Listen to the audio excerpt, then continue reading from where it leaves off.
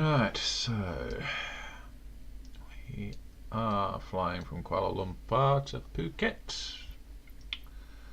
As I said, I still wonder why the H is in there if it really is supposed to be pronounced Puket.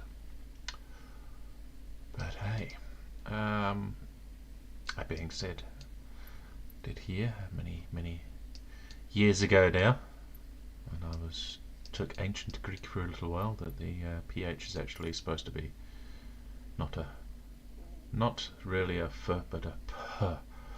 So yes, Puket would yes. It just became more of a F later on as the way people pronounce things change. They get lazy with things and they start taking shortcuts. But yes, pretty sure PH by the time Puket was around was definitely that way around. Of course, we got here in New Zealand with the Maori language. We got the WH is the F sound, which again seems to have been a bit changed, a bit mutated over the years, from what I understand. It's supposed to be more of a Kuala Lumpur Tower at Denzel 76 at runway 32 right, ready for takeoff north departure. Right, and I am not. Wow, sounds like somebody.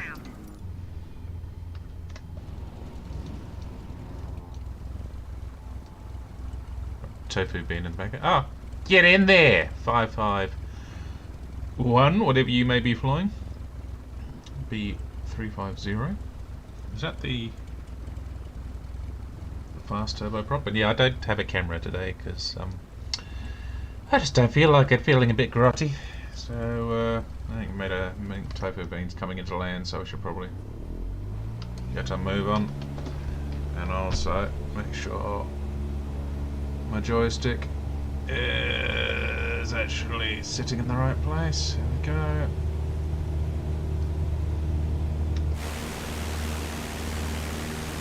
Tofu beans definitely coming into land. Run!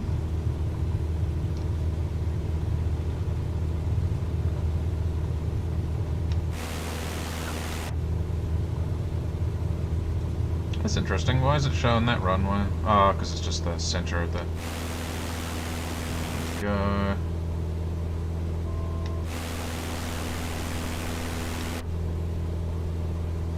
That's the window, and very calm at the moment, which is nice.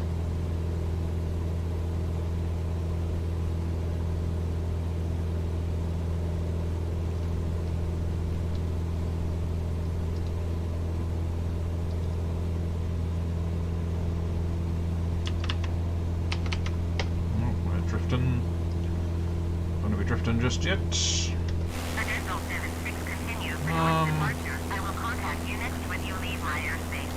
Oh, we've lost the other guy wherever he's gone.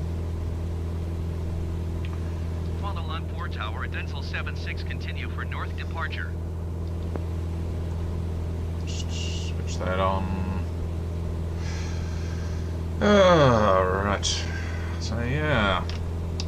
Just got the one waypoint set in today, which is Kuala Lumpur. It's about 230 minutes at the moment, but we should be able to go a lot better than that shortly.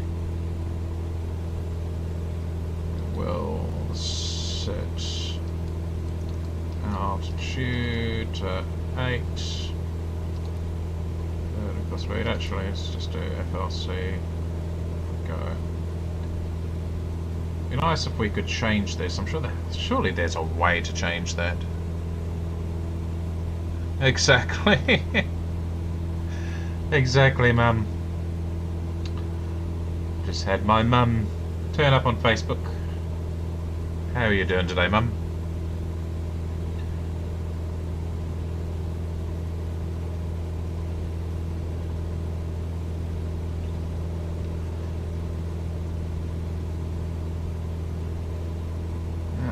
So it's climbing at a pretty good rate. We well truly clear of the airport now, so let's turn nav mode on. Ah, that's better. Kuala Lumpur Tower, Dental 76 frequency change.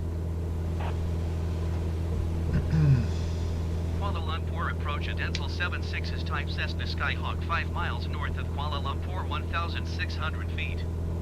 Request clearance to transition Charlie airspace. Her name was... I can't say that on stream. What's her name? How was her name spelled like that?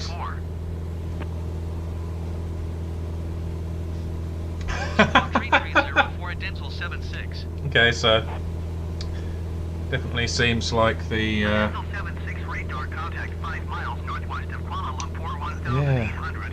that is I kind of want to go there now.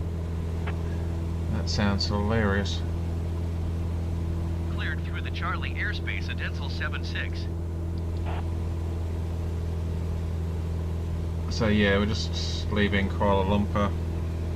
Oh, I just thought as well I was gonna have a wee look around, although I have no idea where.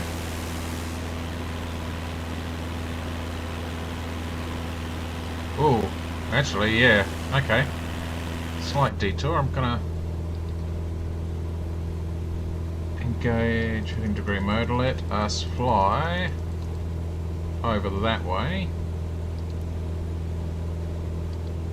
See if we can see the Petronas Towers and stuff like that, and then we'll get back on track. With the last name of yeah. So the one that was called Poo.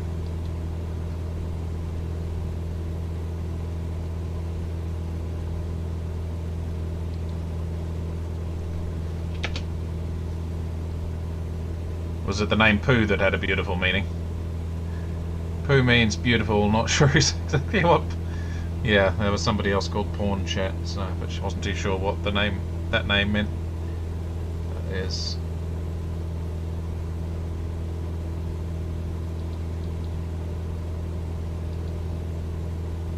That is kind of funny.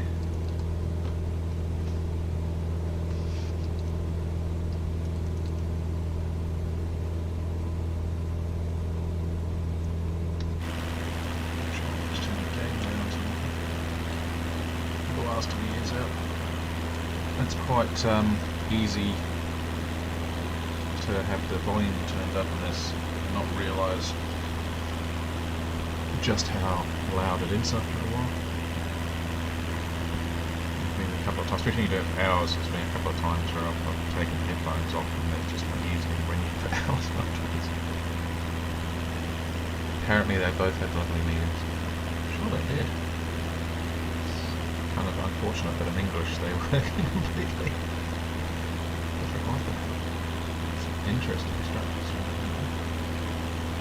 There's at least a couple of blocks of flats that have gone wrong. I would say that's a block of flats that are using.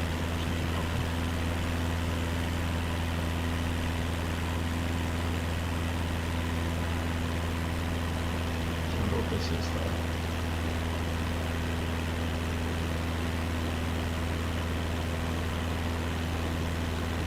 Google Maps out and have a look. Let's do that actually. Interact. Nice. Look. So Kuala Lumpur.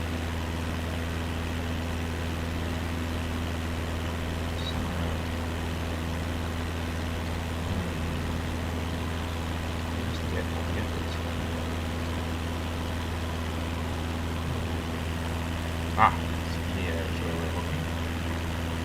Satellite mode. Okay, so in Malaysia, the name Porn means luck or fortune.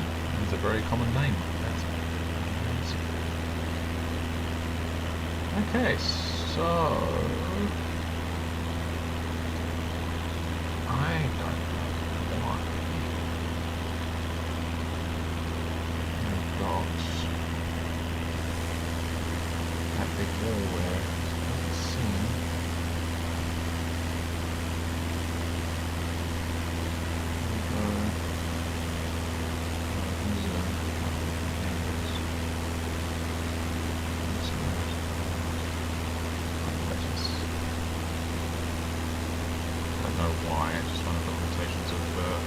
I guess. You don't always get the full websites. And then there was that building right near my tail there as well, which is right. So what I'm guessing that's this here. It's definitely a building, but it's a building with grass on top, so that makes sense as to why. Dental 76, you're leaving my airspace. Radar service terminated squawk 7000. Well, that makes sense as to why the sim was confused by that. Squawk 7000. Frequency change approved at Dental 76. Kuala Lumpur approach at Dental 76 is type Cessna Skyhawk 3 miles north of Whiskey Mike Papa Uniform. Not so much there. Request flight following. Dental 76 Kuala Lumpur approach. Squawk 3021. Yes, there's a Squawk 3021 at Dental 76. Dental 76 radar contact 4 miles north of Whiskey Mike Papa Uniform, 4,800 feet. Altimeter 29.82. Okay. Copy at Dental 76. Oh, there's a couple of stuff point at the moment. Just hold there.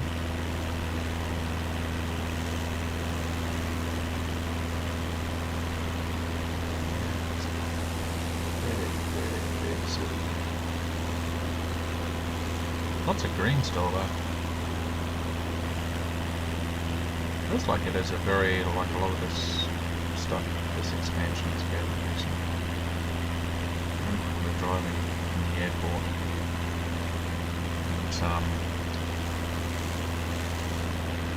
yeah, driving from the airport, all the flats and that, saw the big sort of housing development and all that was very yielding. Chat means charming. So, lucky and charming is, or only a very small part of the chat was what means luck or fortune. So, lucky and charming. Unfortunate. But it's just, yeah, it's funny that, yeah, it's an unfortunate sounding name considering that one of the names means fortune. No, chat is very much chat being charming is very much welcome in the stream. Give me something to talk about, so that's I originally thought the distance was possibly the Patronus Towers, turns out it's not, it's very much something else.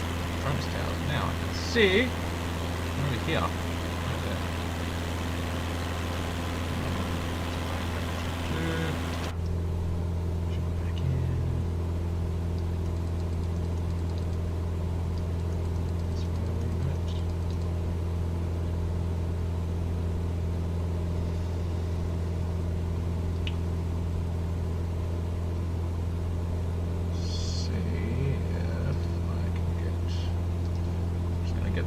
Back from my phone.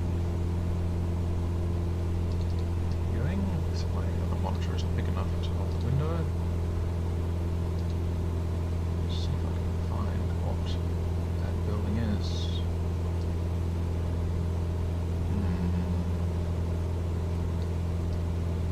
Not so easy to see on the map, unfortunately. Yeah, I'm not entirely sure.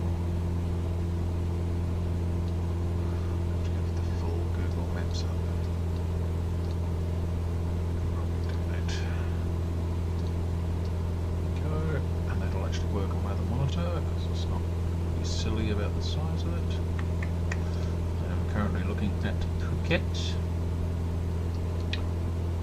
Scroll down more. Kuala Lumpur, there you are. So we are now flying over this. Try and find out what that building is.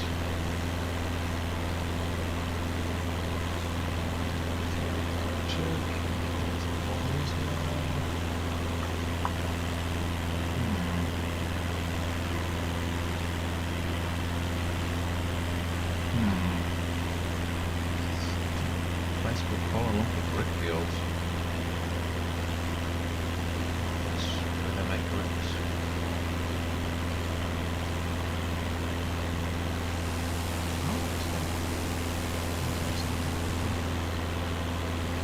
Very distinct landmarks there. It's scrolling out on the map as the plane started scrolling out. So that's just not that. Distance.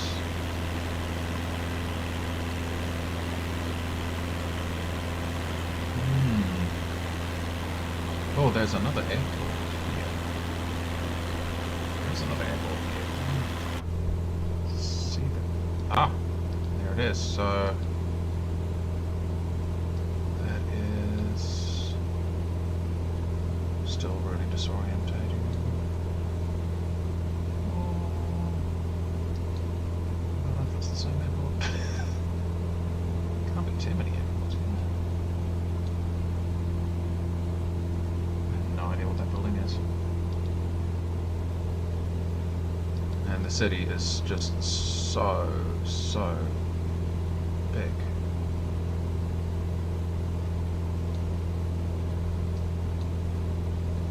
Firefly 1149er, you are 20 miles north of Subong. Descend and maintain Yeah, 2,500 Sabong is feet. what I'm Contact tower on 118.2. It's all facing the wrong way for me. Wish I could easily show you what I'm looking at with the map. Descend and maintain 2,500 feet. The Tower map on 118.2, Firefly I 1149er. can't think with all this radio chatter.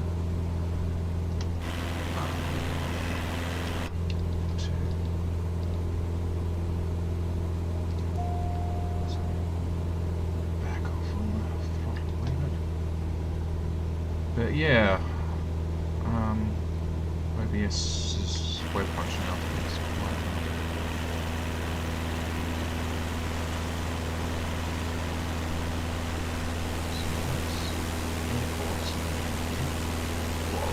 lost it. Where is it? It's on the map. Oh, it's gone off the map now as well. It can't have. That wasn't that long ago. Oh god. There's a garden. I can't see anything on the map now.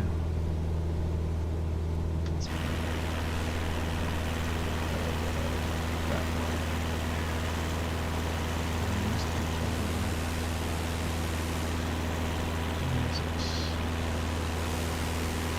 Don't know, I'm completely lost now. Ah, there it is. Less obvious from this angle. Okay, so airport's there, buildings there, there.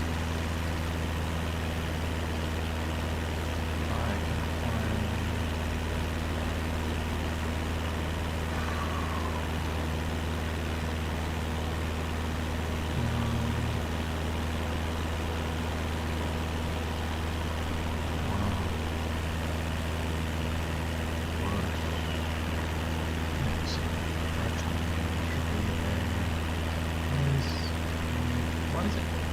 That's not helpful.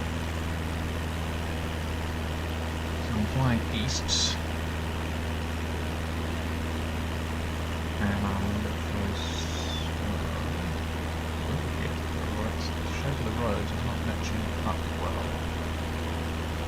That's what I'm expecting.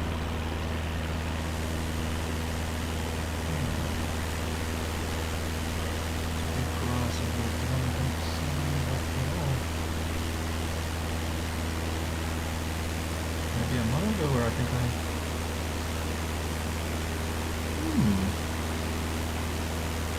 you'd think it would stand out, but it doesn't.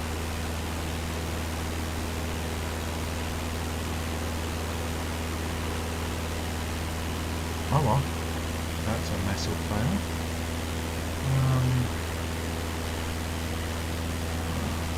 Guessing.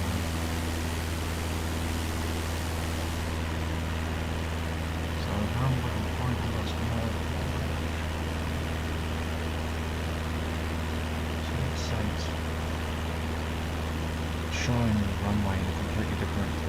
Google Maps shows the runway facing north-northwest, whereas this is more north-northeast. Gotta be a bit more, anyway. Let's see the other ones.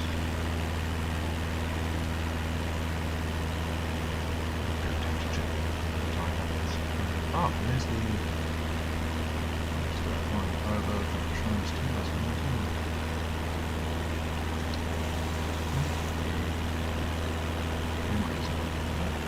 The smart cam is looking over that way. Quite broken. Kuala Lumpur approach Adensel 76. Request clearance to transition Charlie airspace. Adensel 76 Kuala Lumpur approach. Clear through the Charlie airspace. Fields, all that. Clear through Charlie airspace Adensel 76. I guess if I could. Ah, there's Petronas Towers.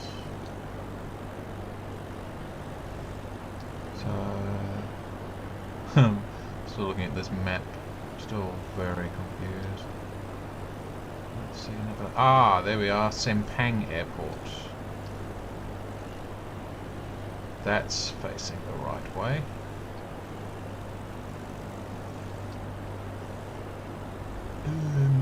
So yeah, I was looking far too far west on the map.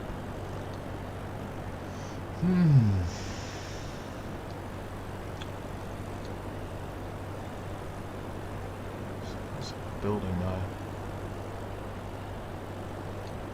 Right, then I get back to flying.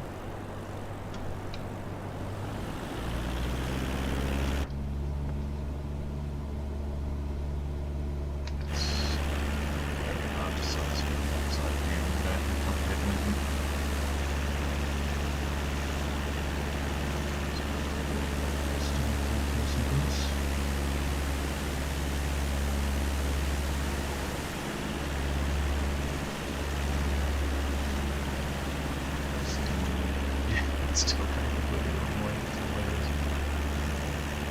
Wonderful building when you get right near the towers.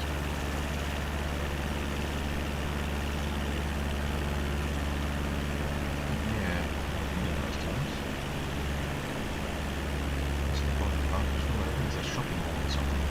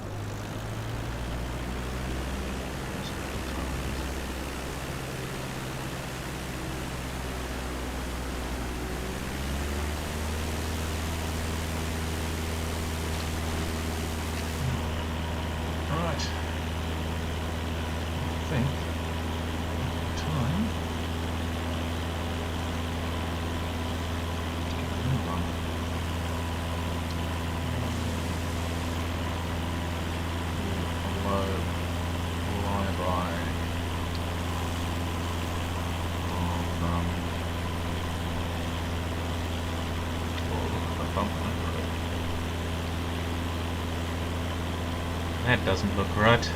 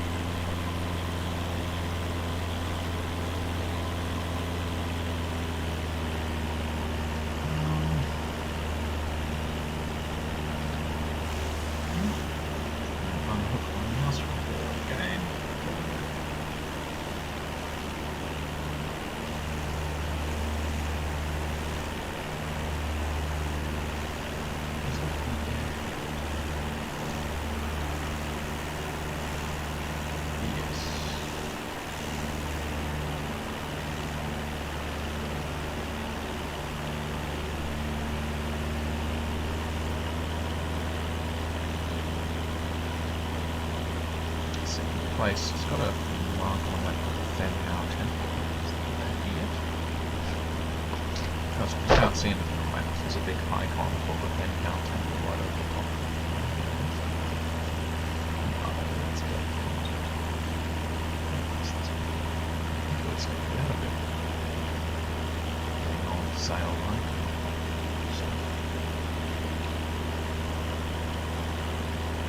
Is it the hospital?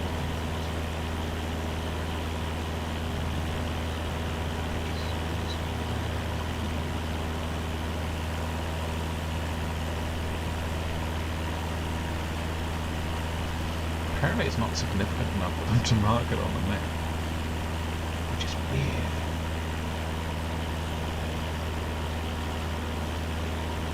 And it's unfortunately Google Maps from Malaysia, which apparently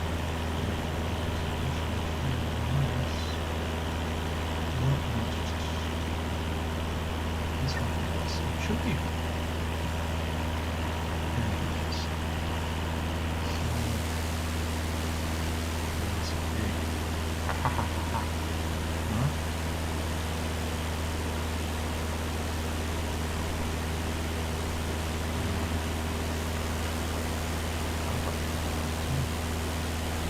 Got me stumped.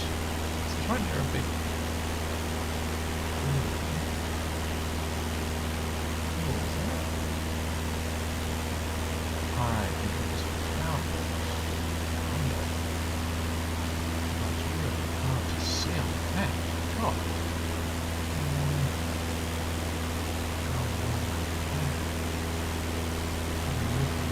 Oh, yep.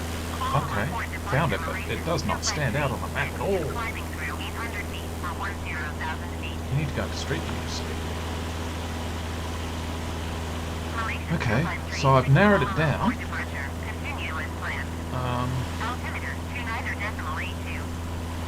Oh, yeah, I can. Wow, that is a shape that is very hard to see from the air. And it says Marina TM. Yep, Marina TM. Whatever that means. Closed today. What is it?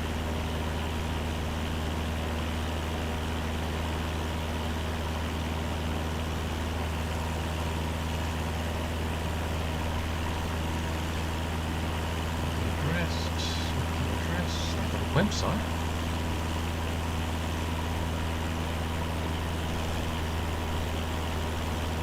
It's really fascinating, especially because it's so hard to ignore.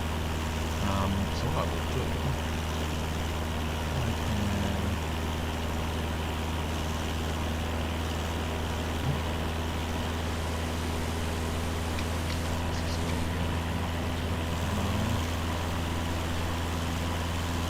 Malaysia 253, 6 fleet expedite your climb to 10,000 feet. Fascinating. Stereo 1 last good actually transition back. And do... I'm going to try and find information on this building.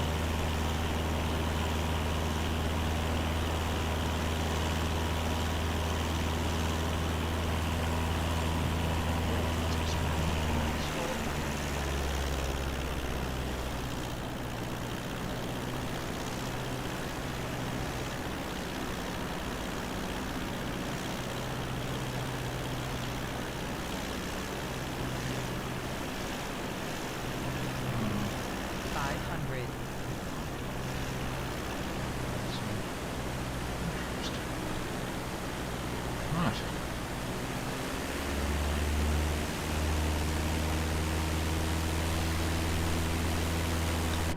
Okay, so let's get back in here.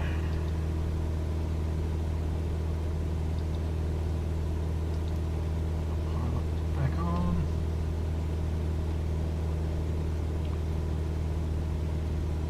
Nav mode, please. Get nav mode. Say nav. GPS. Yeah, that's right.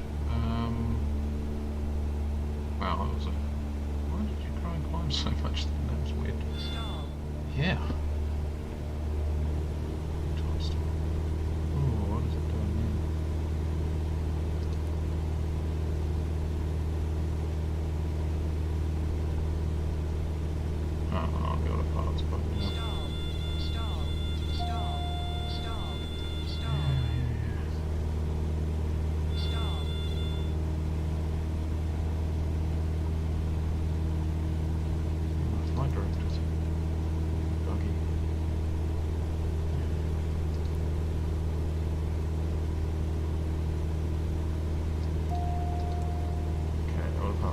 changed. Still, why is the flight direct? Okay. Let's go hold. Oh, now the flight director's going up. What the hell? That's not right.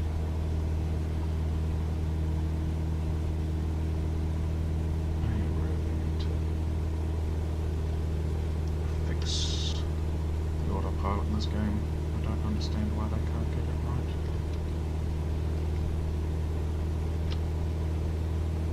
Diving. Do not have autopilot on there, so.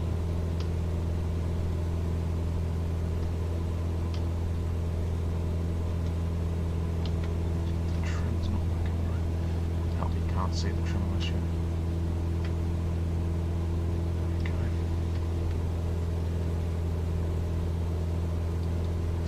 Honestly, I don't know what the flight rate is on at the moment. Okay,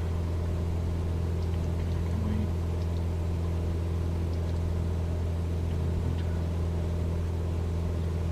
Autopilot?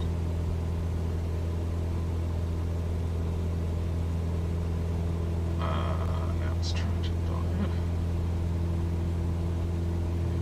-5 for some reason.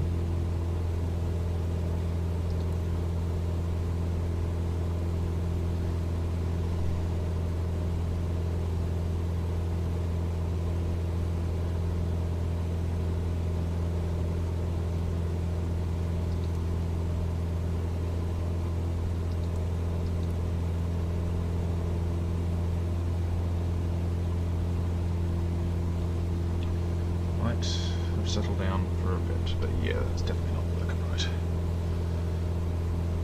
Okay, so we need to make sure autopilot is behaving itself before we start looking at what on earth it is.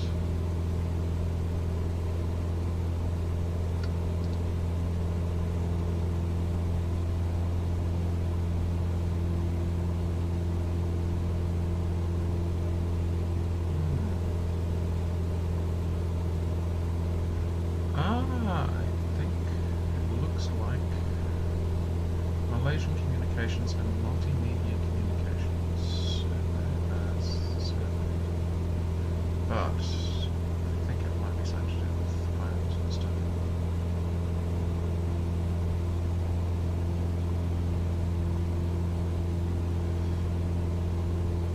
Yeah, that's certainly what it is now.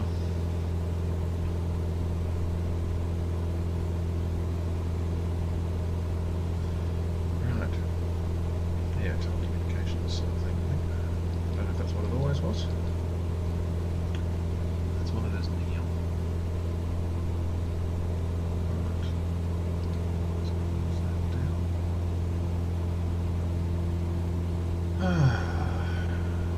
But yes, if I go back to the map.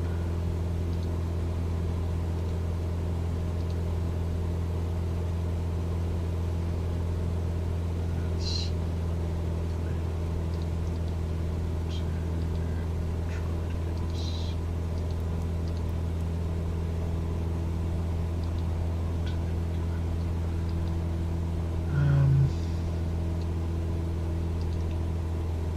Yeah, was I looking here last time?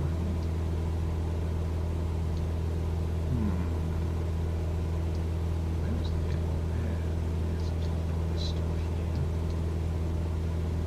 Yes, looking at this. It's flying on here. Just jumped for the no apparent reason. And then go to Brickfields, which I think might just be the name of the suburb. Right, here's the airport we were just extra planning, but yes. Right, this is the airport we were flying over when we thought we were flying over one that's over this way. There's a yes, yes, here. Thought we were flying over an airfield, and we thought it was this one on the map. It was facing completely the wrong way, which was very confusing. And no, it was this one, smaller one actually. So the Twin Towers.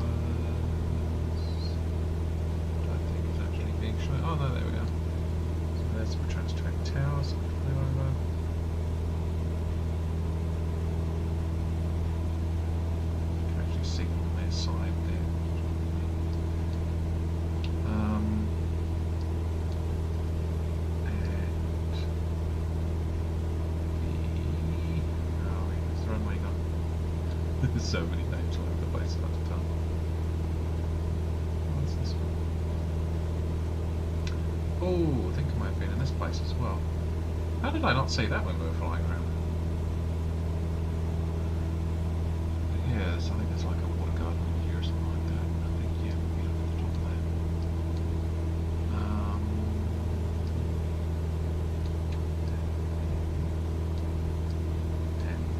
And then...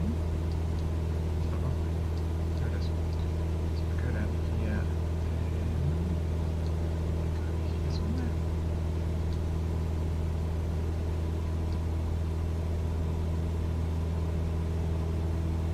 It's really hard.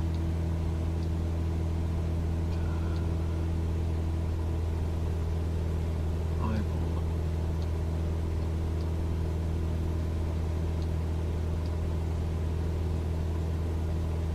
Where is it? Ah, Mum's back. She's on Twitch. Although I think she's off now. Catch you later, Mum. You have a good one. It's around here somewhere.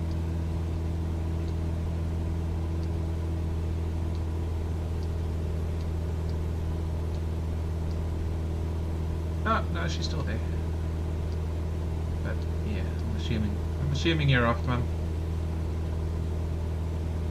It's hilarious. Hey? It's a federal highway. Is that facing north? I don't want to zoom all the way. Okay, I want a compass like you've got on the other thing.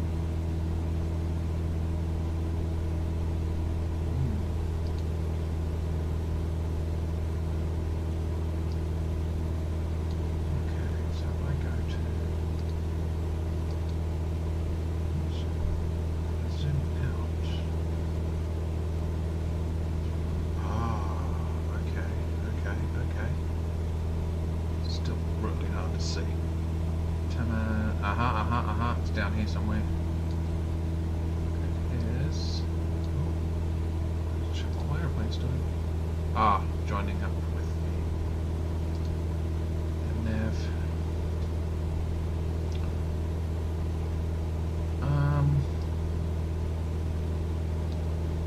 Should be. Got Taman something. She not like transit build both at the same time. There we go. So hang zoom out. See that? Oh, it's also got Bucket Hunter, which this doesn't have. I don't know why. They're both Google Maps. Why do they not agree with each other? Things do look slightly different now. Okay, so got the where is the oh, I'm so lost now. Is that not? That's the wrong one.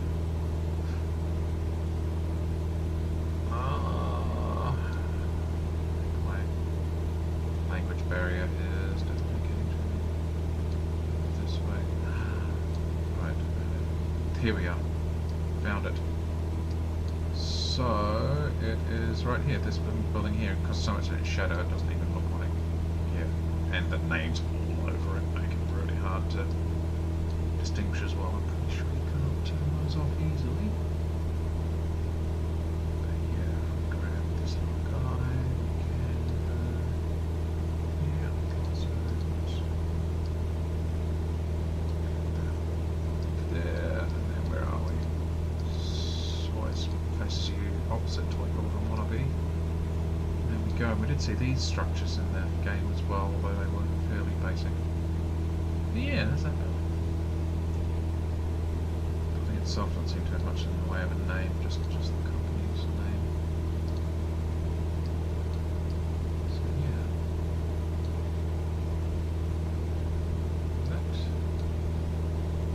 cloud or blurred out sky, hard to tell. Yeah. Kind of fascinating. Won't let you think. Zoom in. this version of Google Maps won't let you zoom back out to this view. So, interesting. Let's go here. And again, completely facing, well, not quite completely facing the wrong way, but yeah, facing where we'd like to face.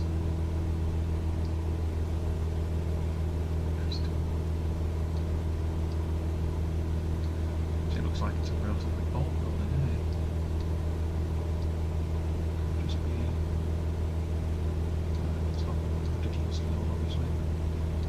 It's been around for streaking down the sides there.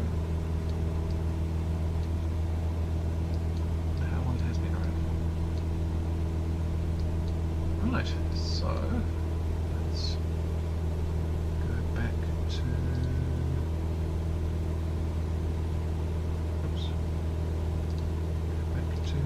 Where we were. There we go.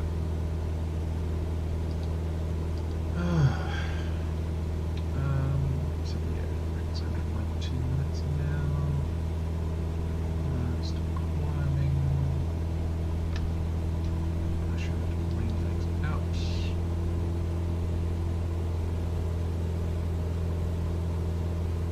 There we go.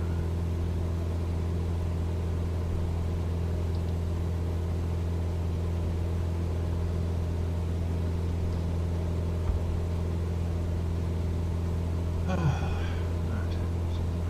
So cold. At least just a little warm.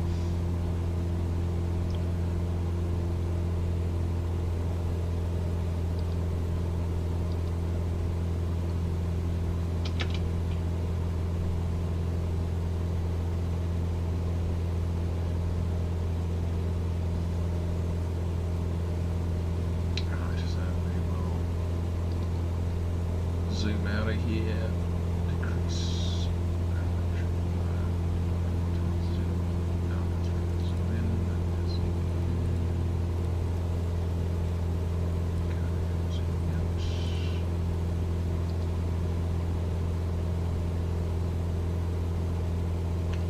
Got things set to 47%.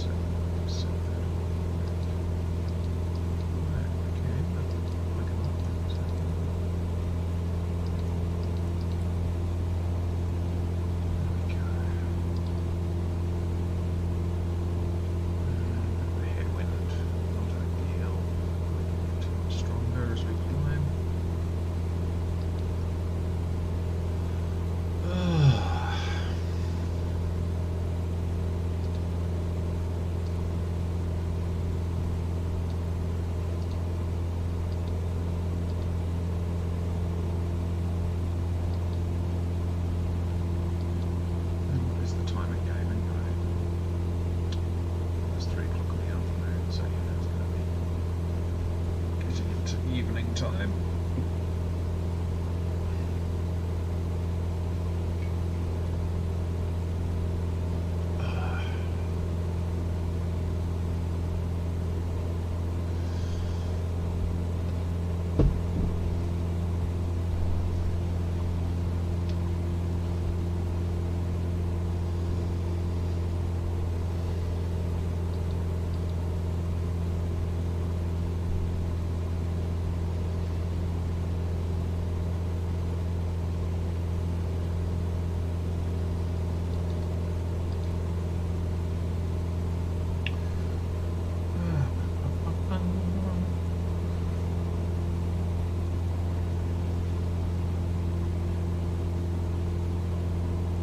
But yeah, never been to Phuket before. Not too sure what is around there. Let's have a look.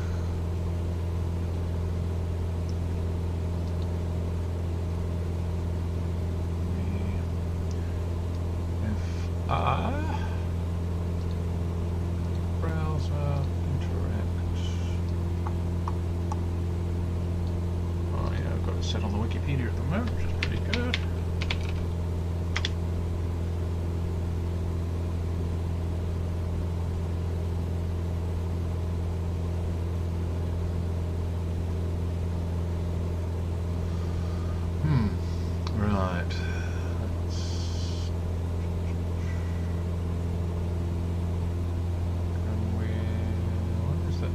showing.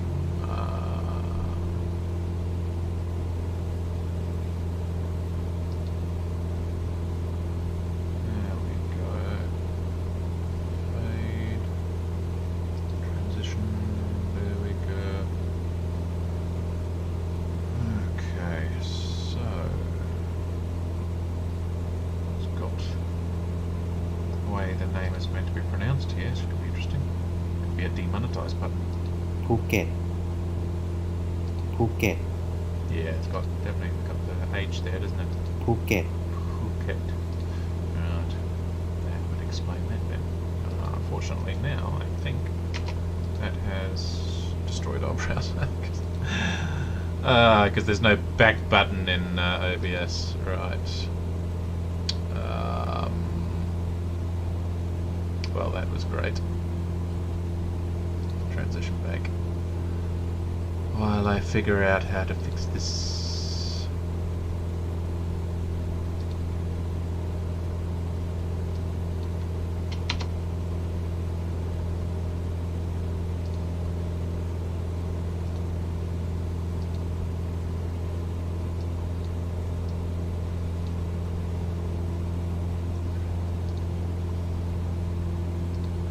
Let's have a look.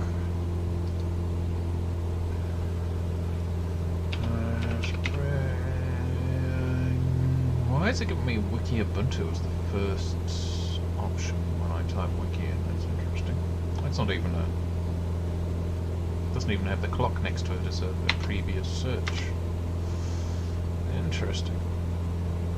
Right. Wikipedia here. Copy.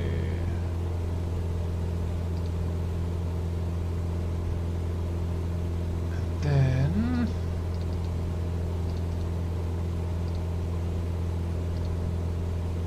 okay.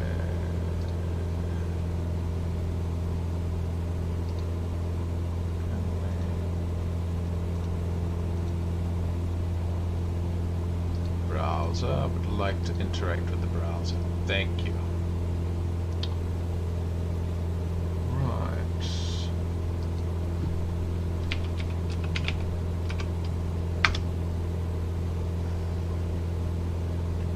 Here we go. Yes, movement later, okay. Okay, it's close. I'm gonna annoy people with that stuff. I've actually donated to Wikipedia a few dollars a couple of times. That's interesting. Some province there. Flag and everything. Credential Mhm, 76 yes. north, leaving light airspace. Resume on navigation.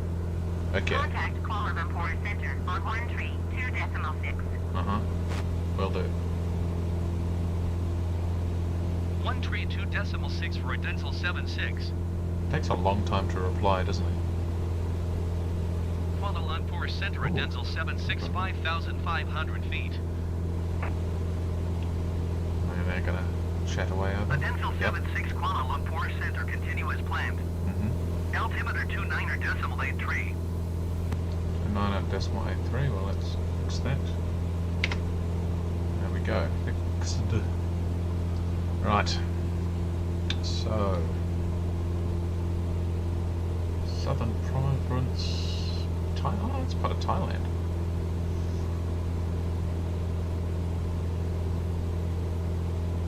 It consists of the island of Phuket. Hang on a second. Is this an island?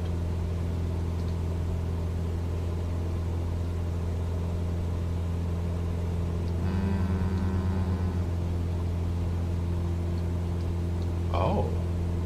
Oh, wow. That is an island. That part it is anyway. Hang on.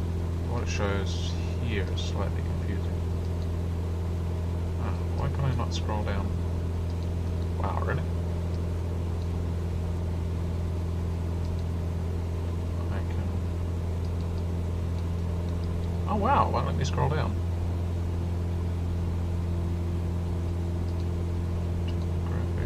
Take you down here. Oh man, it really hang on, can I page up page down. I can't even page up, page down.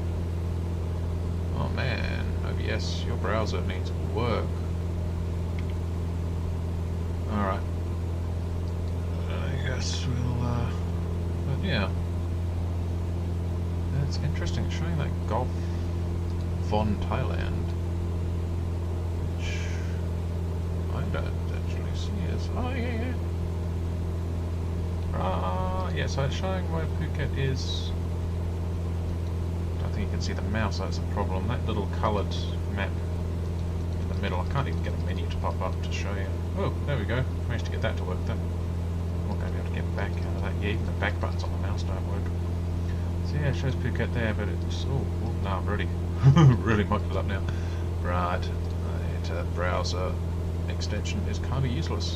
I don't know if there's a way to get it better. But let's get back to the game. I have to set up a browser for doing streaming. Because, yeah, unfortunately the built-in browser is not any good.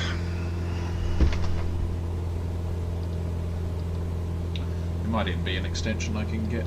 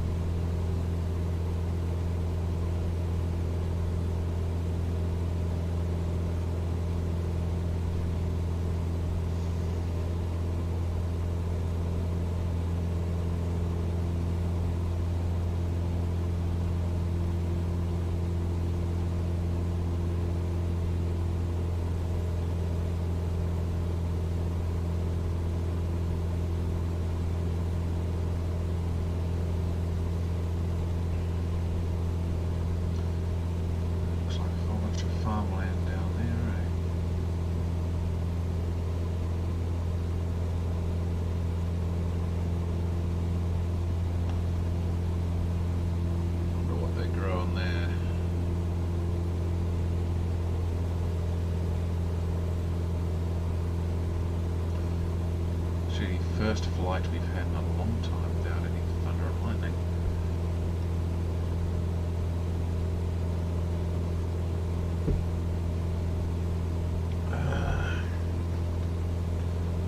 Let's check how streams looking.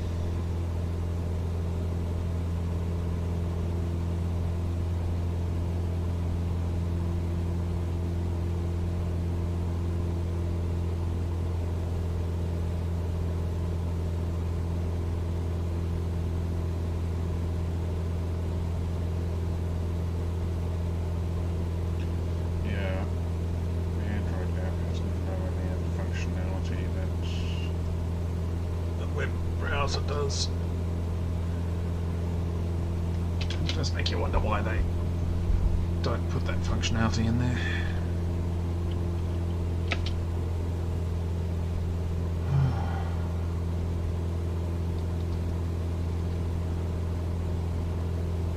Let's get a Twitch up on here. And mute the tab. Thank you.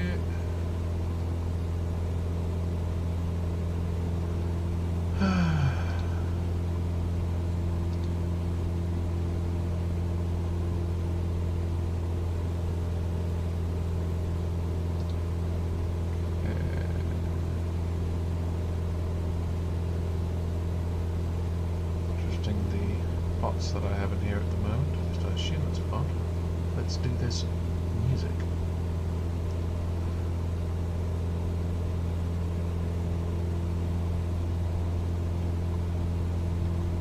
It's interesting. Right.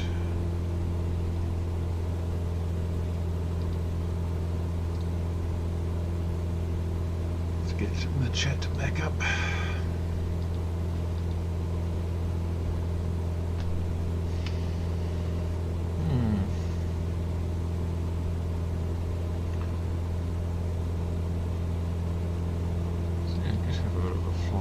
Puket as well. Actually, let's have a look. I will have a look on about Puket on the browser that you guys can't see, unfortunately, at the moment.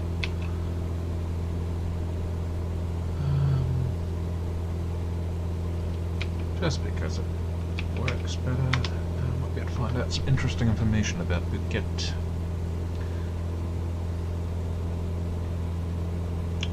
I see that map was showing the whole of Thailand. Thailand's actually quite big.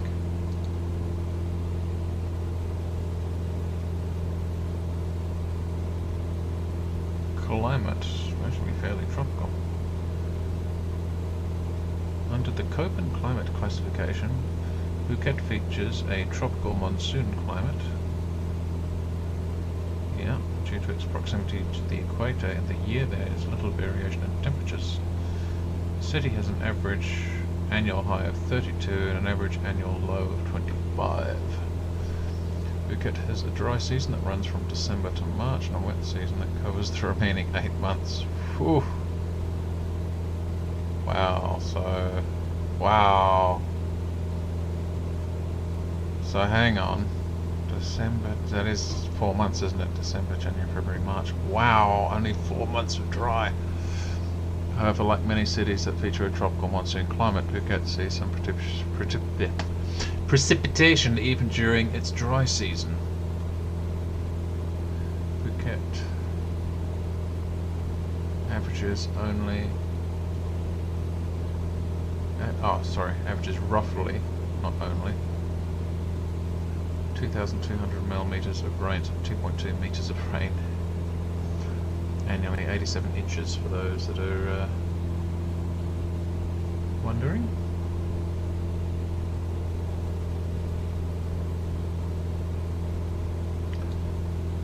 Right.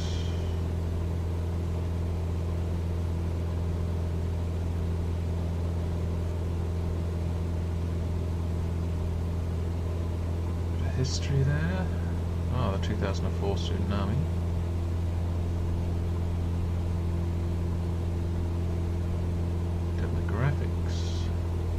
As with most of Thailand, the majority of the population is Buddhist. There is a significant number of Muslims, 20%. In Phuket, mainly descendants of the island's original sea-dwelling people. Among the Muslims, many are of Malay descent. People of Chinese ancestry make up an even larger population, many of whom are descendants of the tin miners who migrated to Phuket during the 19th century. Interesting. Phuket's provincial population, as of about 2010, is counted to be 525,000 people, more or less. including some 115,000 expatriates, or 21.1% of the population. However, it is admitted this is inaccurate, since the Phuket Provincial Employment Office currently records more than 64,000 Burmese, Lao, Cambodian workers legally residing on the island. The Thai census figure shows a population of 300. 2015 shows a population of 300. So hang on, is it inaccurate then? It's not. It shows too many. The number of people in Phuket, on Phuket Island, swells to over 1 million during the high season. Yeah, as tourists mainly from Western Europe, China, Russia, and the United States flock to Phuket around Christmas. I'm surprised they don't get more Aussies and stuff. Maybe they do and it just wasn't mentioned.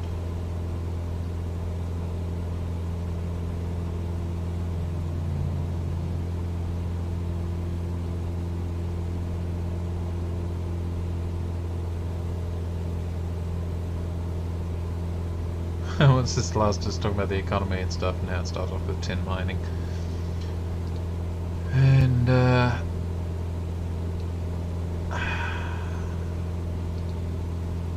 then of course it's gone over to tourism, like so many places have. The last, I haven't completely read this, but just the beginning of this paragraph. No one seems to know how many hotel rooms Phuket has available. It's like, that's weird. Just that to me just seems weird. Oxfam says it has 60,000 hotel rooms for its 9.1 million annual visitors. The Bangkok Post in September 2019 reported that Phuket has 600 hotels with 40,000 rooms. 3 weeks earlier it said that Phuket had this is the same. I take it the Bangkok Post is a magazine or possibly a newspaper. But yeah, 3 weeks earlier it said that Phuket had 93,941 hotel rooms available, excluding villas and hostels, with an additional 15,000 projected to become available by 2024. I don't know why I found that amusing, but I did.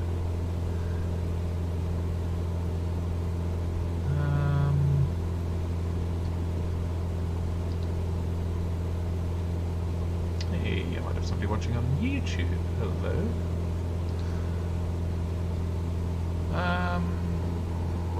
What else? Transportation.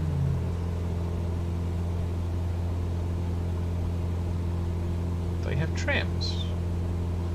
Ah, no, they're looking at building trams.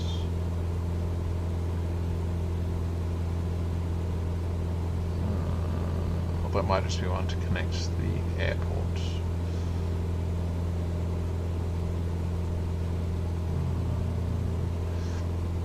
Phuket International Airport commenced a 5.7 billion baht, which is 185 million US dollar expansion. September 2012, scheduled for completion February 2016. Did they complete it? Because that was a few years ago now. The airport will increase its annual handling capacity from 6.5 million to 12.5 million passengers and add a new international terminal. Interesting. Rail. There is currently no rail into Puket. Trains run to Surat Thani, 230 kilometres away.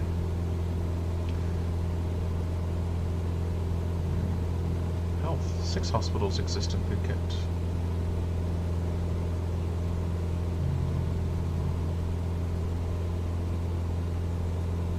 Human Achievement Index 2017. I'm not too sure I've heard of this. Let's have a look what we're doing. Altitude eyes. Oh, we're actually at our altitude. Are we still at maximum throttle? Actually, let's keep it maximum. Let's keep it maxed out. We've got plenty of fuel. I will trim things as well. So we've got 2610 on the tachometer there. There we go, 2620. And we get a little bit more.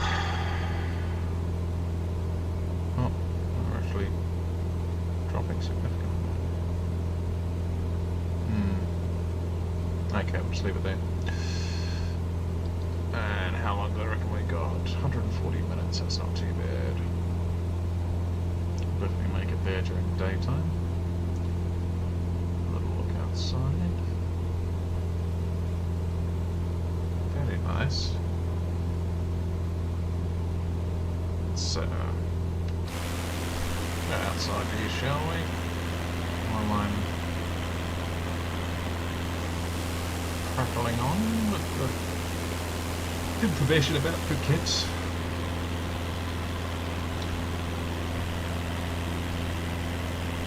What's the Human Achievement Index? Since 2003, apparently, the United Nations Development Program in Thailand has tracked the progress on human development at a sub-national level using Human Achievement Index.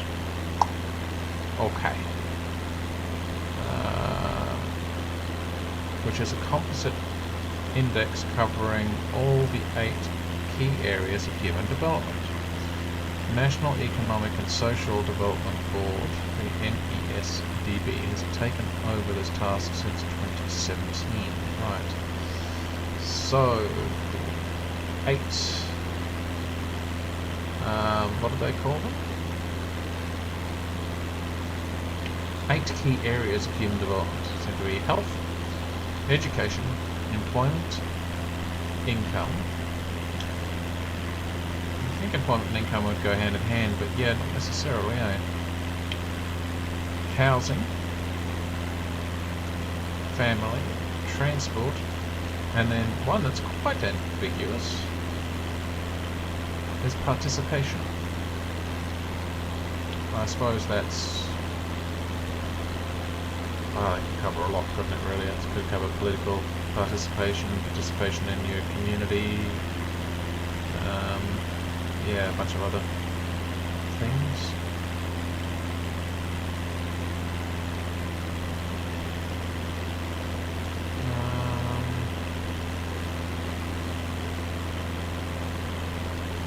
Apparently, Phuket is doing quite well.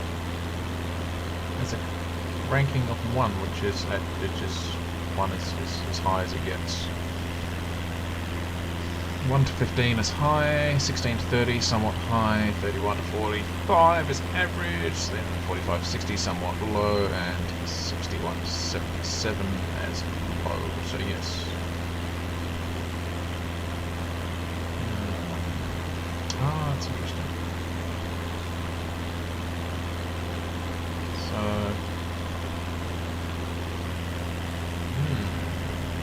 in the numbers on those different boxes, though, those numbers are a bit all over the place. But I don't know if those are accurate to, if they've stuck random numbers in there, or if they are actually relating to Puket.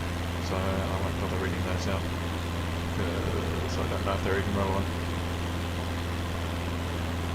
Old Puket town around Thang Lang.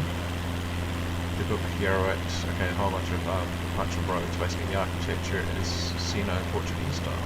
Interesting.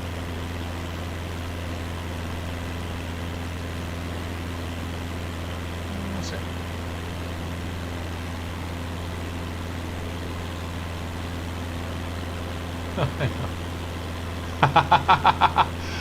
Oh wow, the money appeal that Wikipedia. So now they try to get the internet even more. Hi Radio, it seems you like using Wikipedia a lot. That's great. This is the 6th appeal we've shown you. Yeah, guys, that's actually has a negative effect on me wanting to give you money.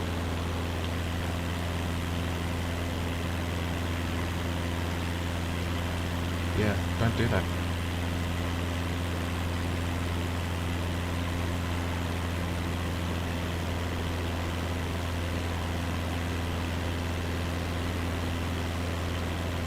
A little reminder, and I might do. I ain't made of money either.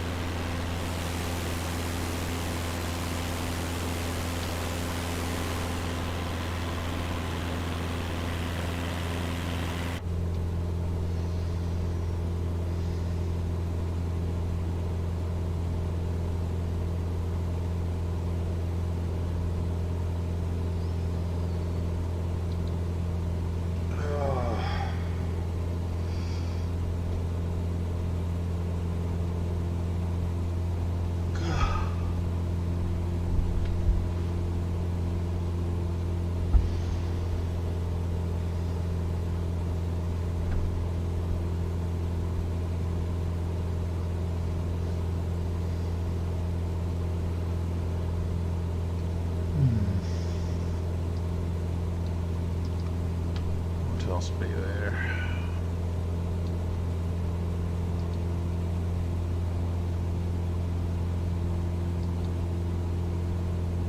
Old Puket town, which is an area of interest in Phuket city. Main streets of Old Puket town. Yes, okay. Had that. Right. Tin mining.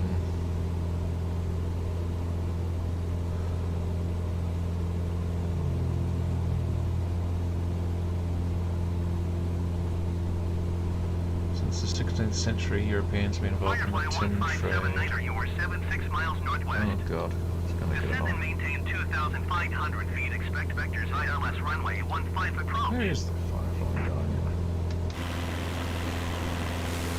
Don't see anybody else at the moment.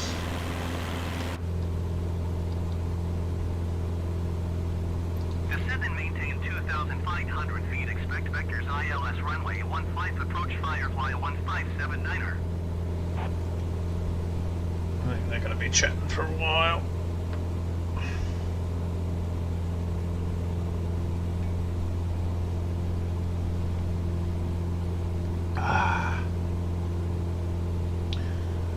Just waiting for it to fire up again. I'll give it another minute, and if it doesn't, I'll continue chatting. Like to be able to shut the radio off when we're in between areas.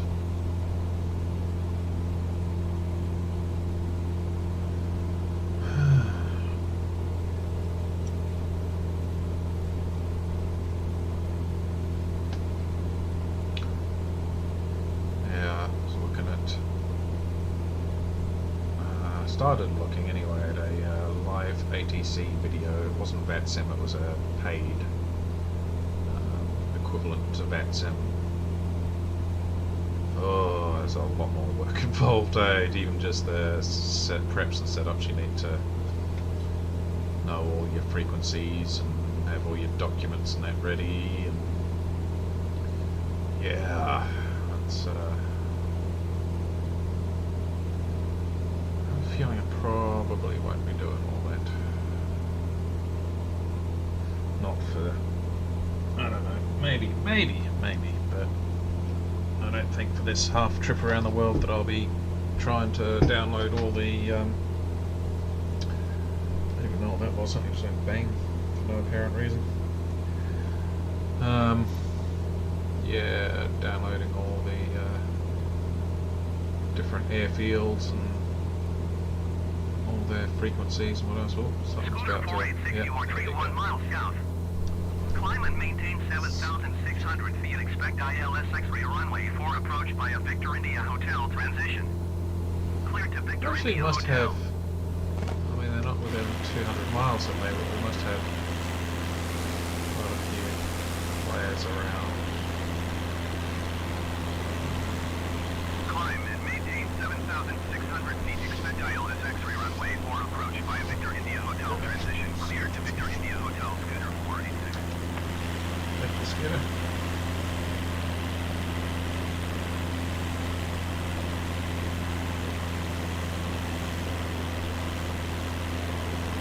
Right.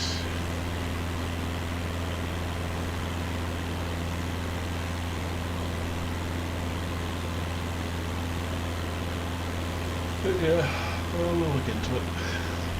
That's right now, I need as little excuse not to jump on stream as possible. Like trying to get all that stuff done is just going to put me off. So we'll see how it goes. Anyway, so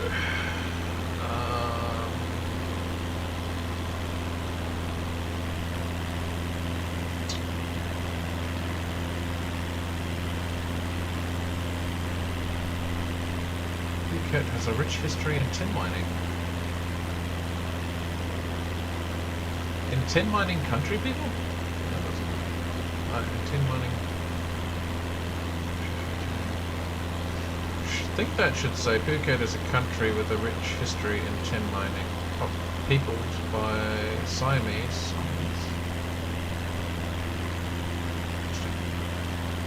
Chinese, Malays, Indians, Eurasians, and sea gypsies? I have never heard of sea gypsies. Sounds almost like a mythical creature. Interesting.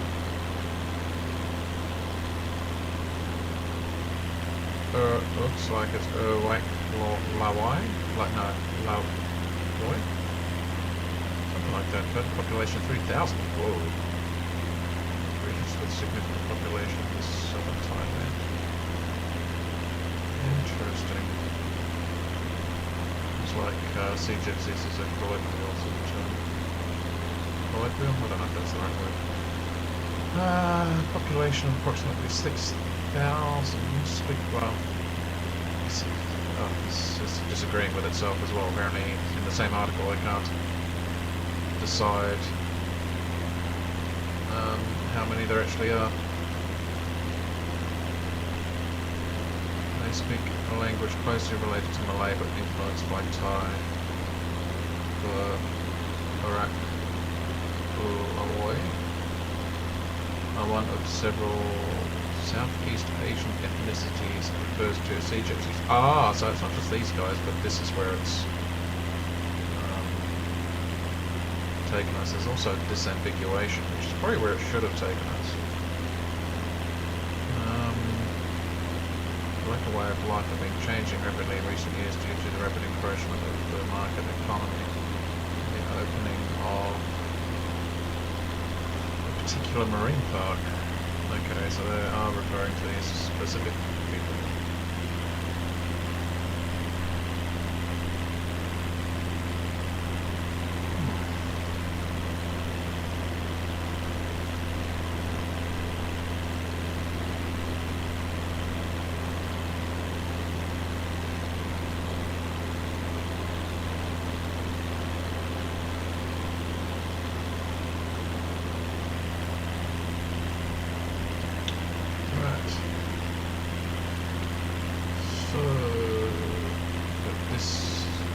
If I disambiguate the sea gypsies, looks like there's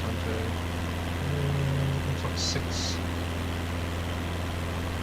different ethnic groups. That is interesting. But yeah, just different areas.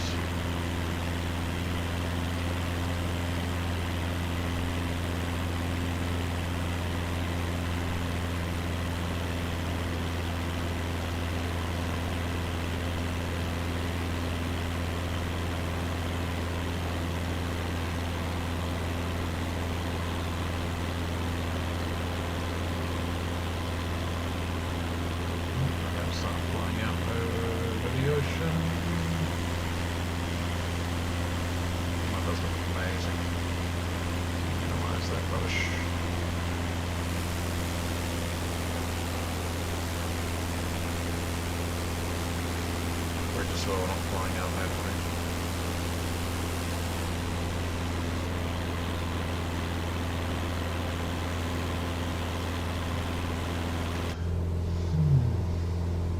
Just a 4 knot crosswind still, which is fine. Almost down to the 2-hour mark.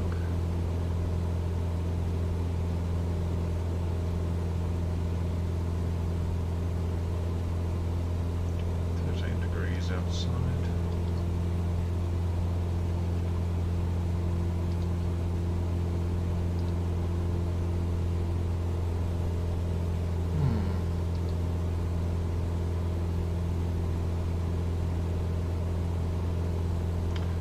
Says there's a unique community in Puket called the Baba, B-A-B-A, with their own way of life, language, dress and food. The core of this community is formed by early unisons between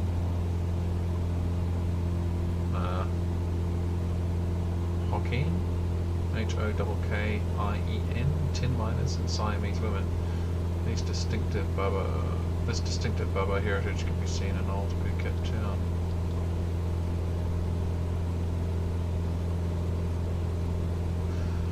So the Europeans have been involved in the tin trade since the 16th century.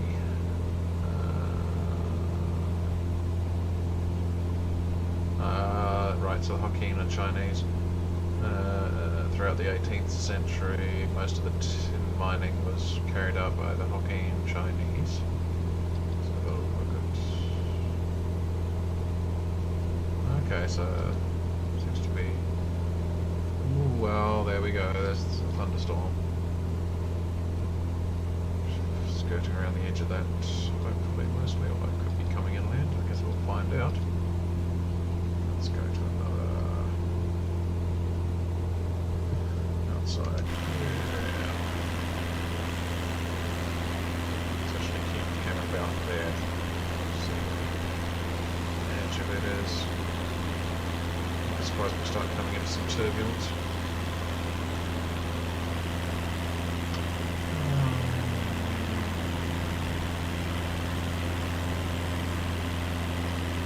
Let's try and go down too deep of the rabbit hole, but yeah, looks like Hokkien, Chinese.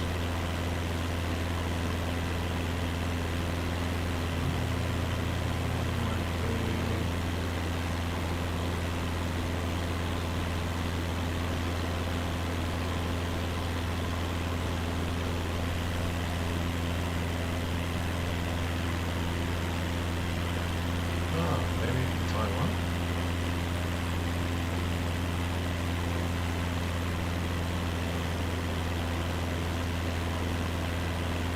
I'm not 100% sure about that. But yeah, they're a distinct group of Chinese anyway, by the sounds of it. They were important in building the old city in the early 20th century. Governor Beira Rasada Nafred has one of those red links, which means they don't have much information on Wikipedia on it. Get all the way there. Yep, just here, the thunder down as well.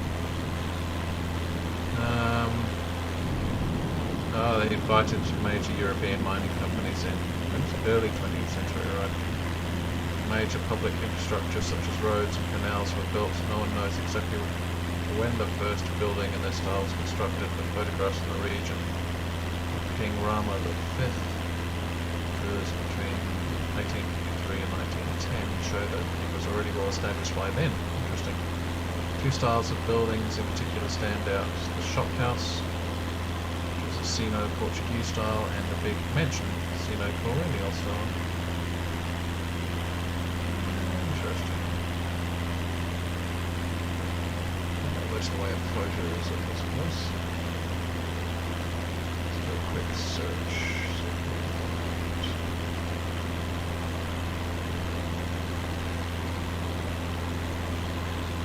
Oh, I see.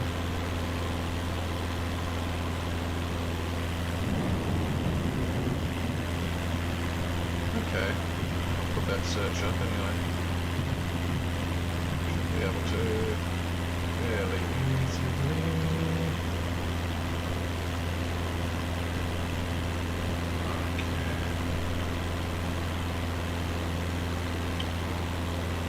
Jetstar Asia 675, you are 72 miles southeast. Descend and maintain 4,000 feet. Expect ILS Zulu runway 4 approach by a Victor Papa Golf 177 radio 120 DME are clear to Victor Papa Golf. So, get that.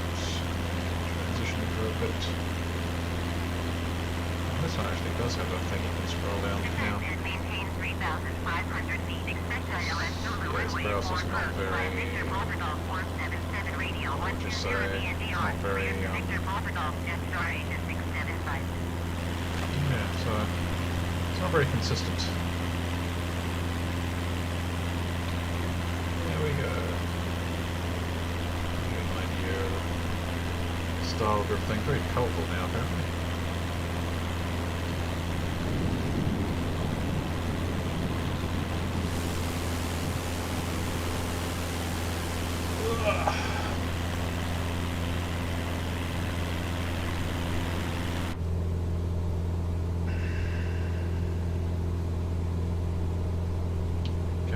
Sneeze.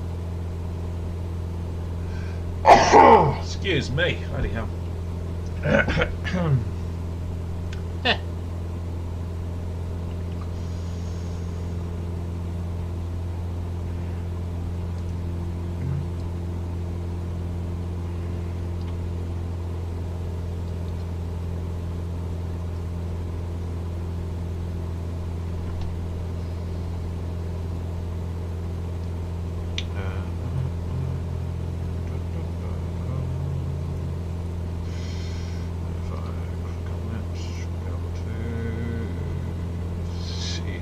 We've got to go a bloody long way.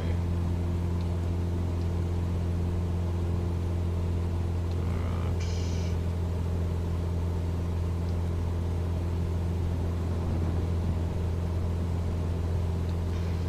Yeah.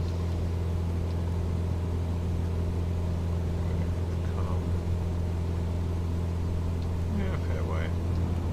Hey, how you doing, Christy?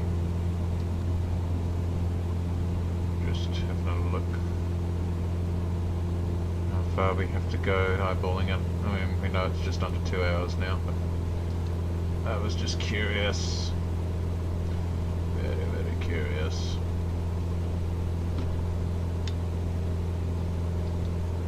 We've got a thunderstorm on our left and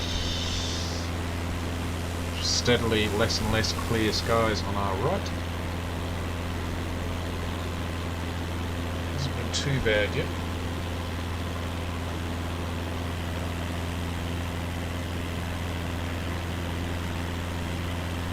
We did have autopilot got upset at us at one point where we decided to go on a bit of a fly around Kuala Lumpur, having a look at some of the tall buildings there. And when I went to put the autopilot back on, it was not happy, but it got it working again.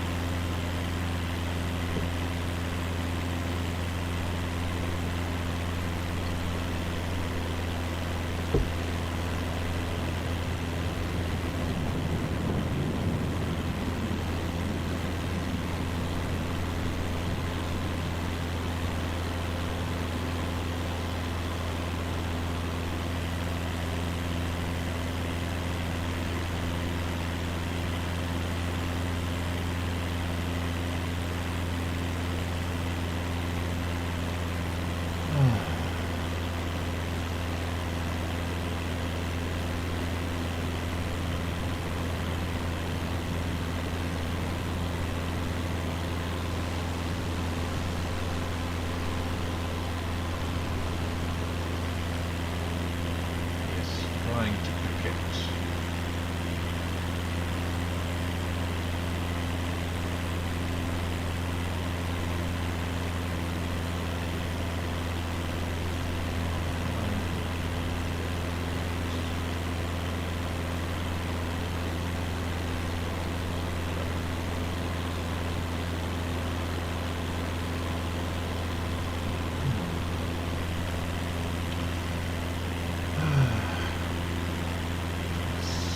Grabbing myself a hot water bottle. Might actually do. I think I shall do that. I will be right back.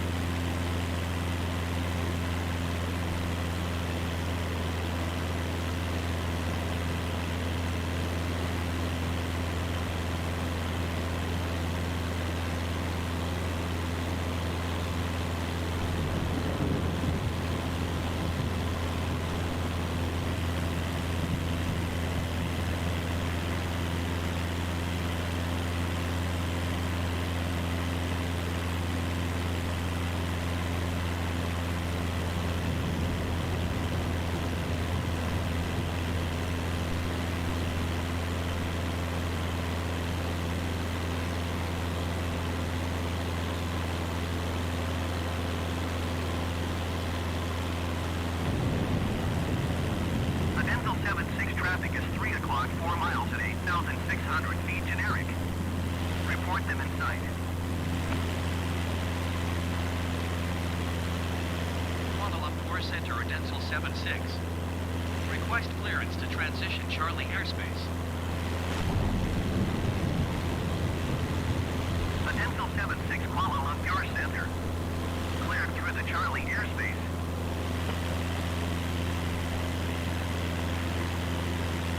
Jetstar Asia 67 flight traffic is 9 o'clock, 4 miles at 8,000 feet Cessna Skyhawk. Report them in sight.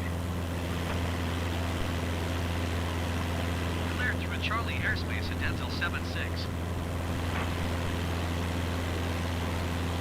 The Dental 76 traffic in sight.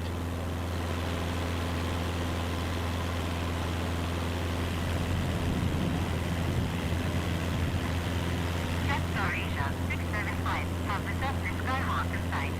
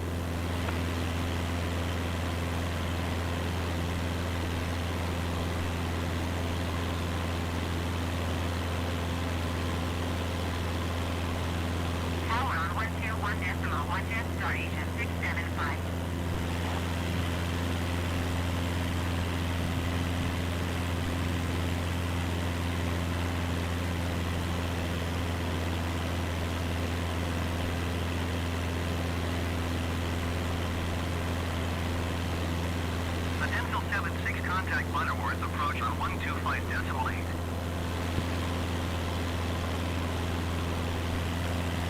Going to 125.8 at Dental 76.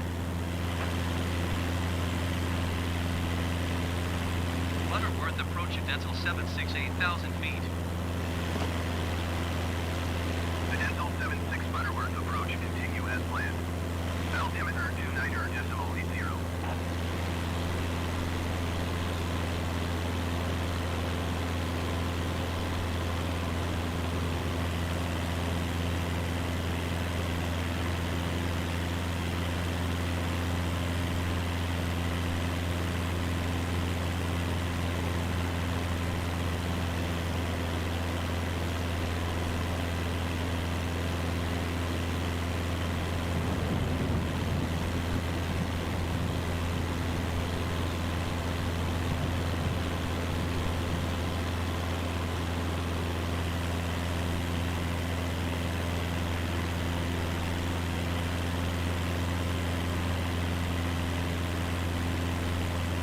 Right, I'm back.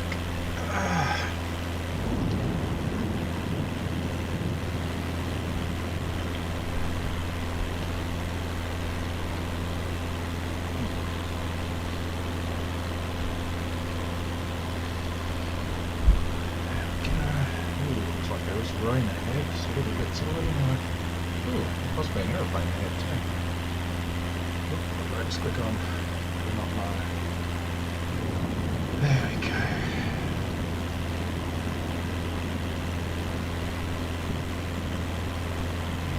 Looks like possible rain. I've already gotten much of the rain during this flight. By this flight, I don't mean this particular one. I mean just the general flying around the world. There's been very little in the way of rain. A couple of lots and lots of thunder and lightning. Very little rain. Just got blankie from the bedroom.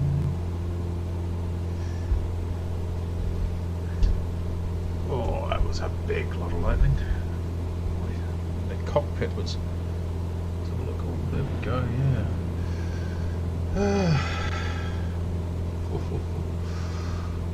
That is kind of impressive.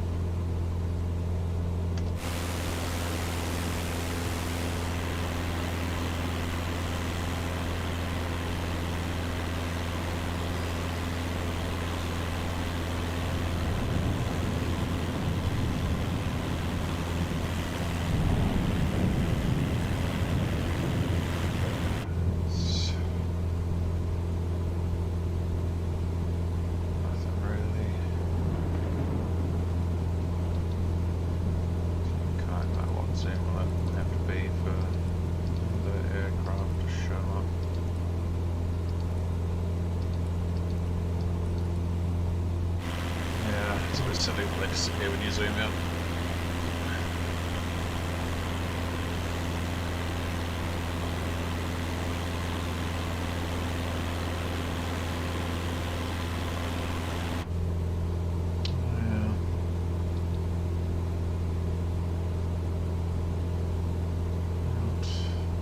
Well, it looks like light reflecting off the rain, but there's just no actual rain. It's very strange. To later on when I'm not doing this flight, just see if I can get some storms up and going, see if I can get some rain, or whether I've got something in settings that is stopping the rain from showing on the windshield and that.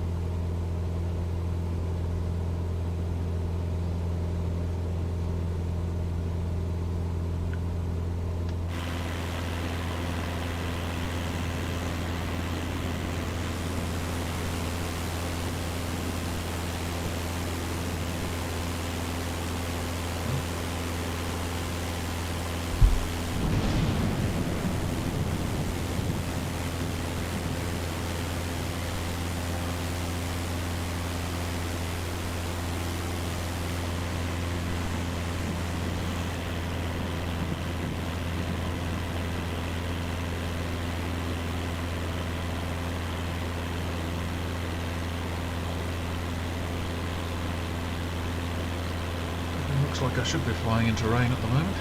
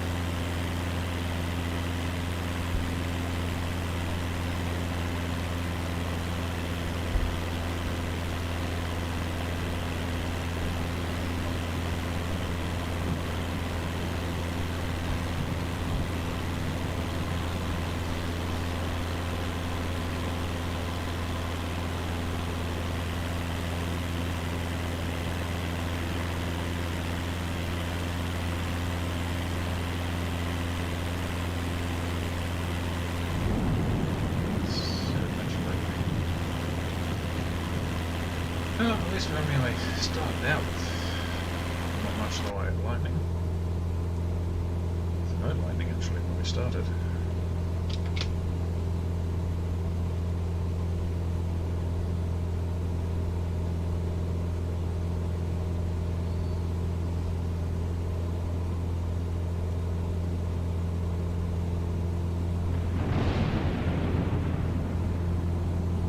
It's not very smooth right there. Surprising.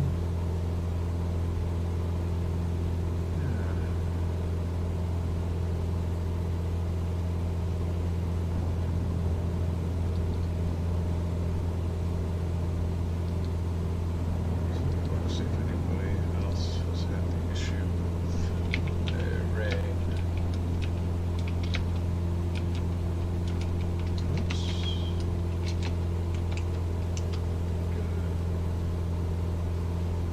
Yeah, September 30, somebody's definitely brought it up. Not seeing any rain in live weather, general discussion.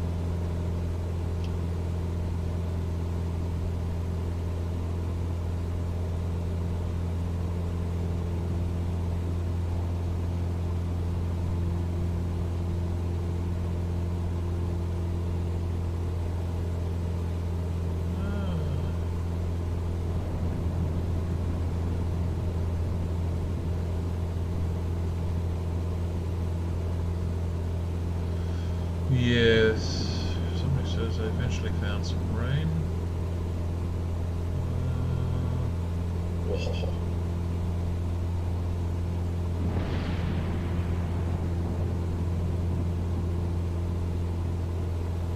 Okay, so yes, the weather is based on forecast. Even so.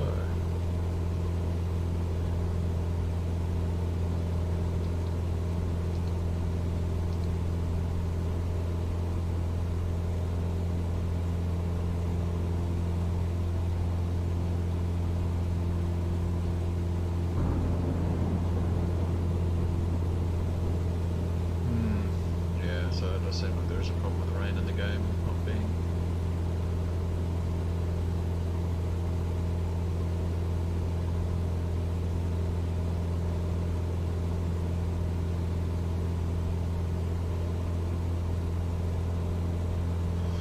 They're not generous with the rain.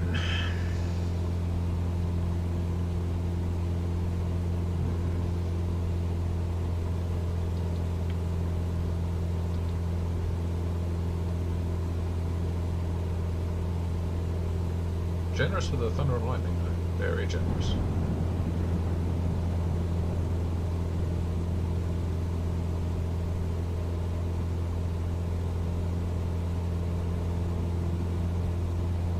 Don't like the way the graphics do that with the propeller. Looks a bit odd.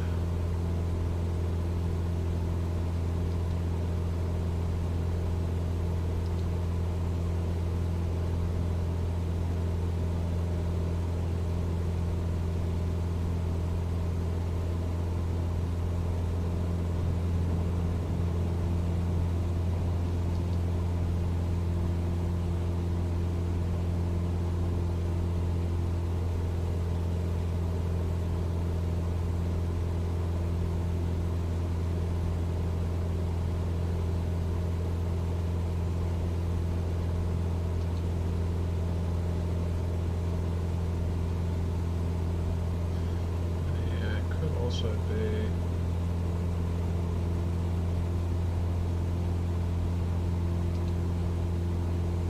Oh, okay. I was going to say it could be my options, but there's somebody here literally flying through a rain shaft and got no rain on their windshield at all, even though they had everything turned up to max.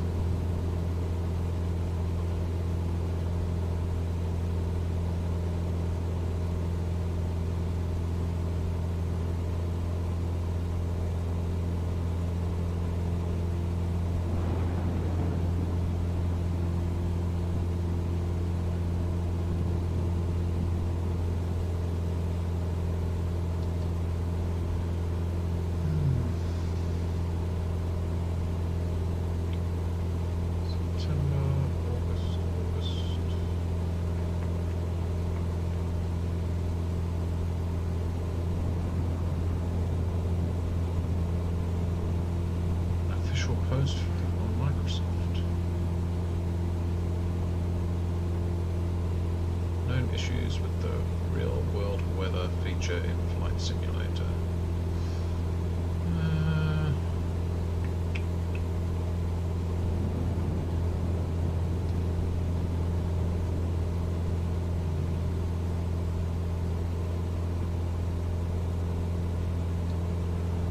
Wow, everything feels like it's cleared up a lot in game.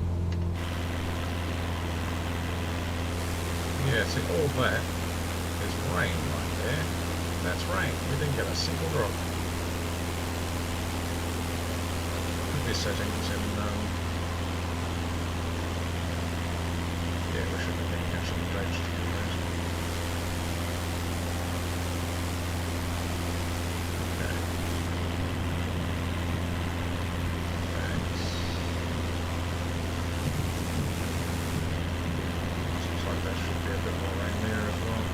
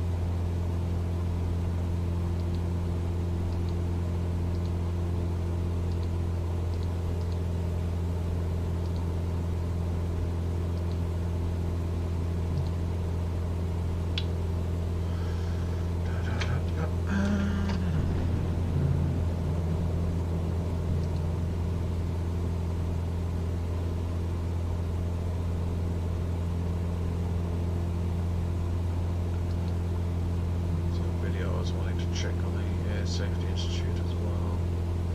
Do that after this flight.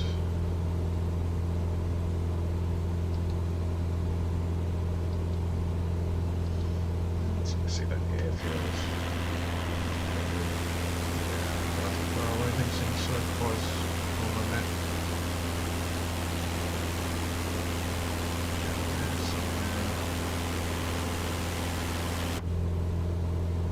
There's our fuel going, still over half fuel, which is good. Just under 200 nautical miles to go. ETA of 88 minutes. How long have we been streaming for? Almost 120 minutes.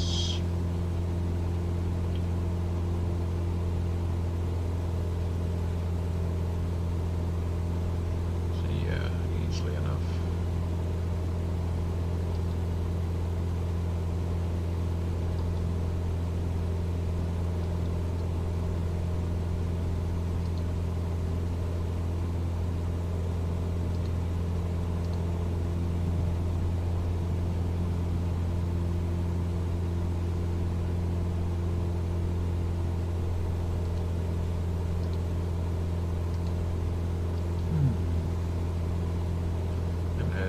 chatter over the radio either.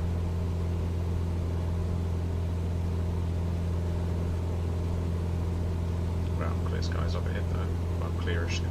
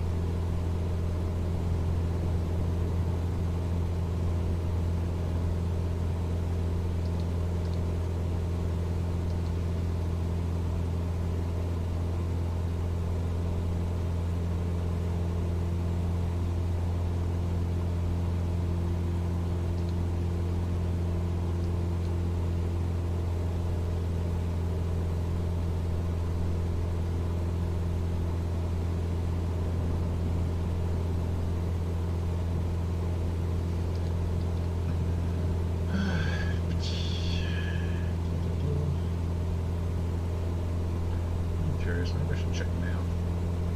Let's have a look. Got this scope. General. Data, miscellaneous graphics. Got object level of detail, volumetric clouds, set to alter, yeah. Water waves, yeah.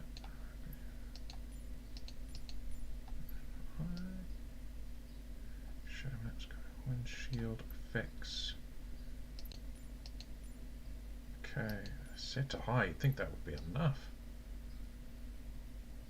Ambient occlusion, reflection, motion blur, lens correction, motion blur. See what that's like. Keeping it off actually. Hang on, can we have it off? Yep. Lens correction. It's clear.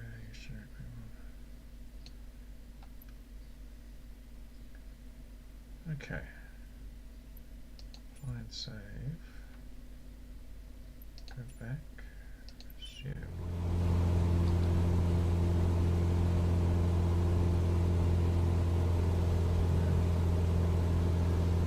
Guess we don't see anything just yet, but another flight maybe.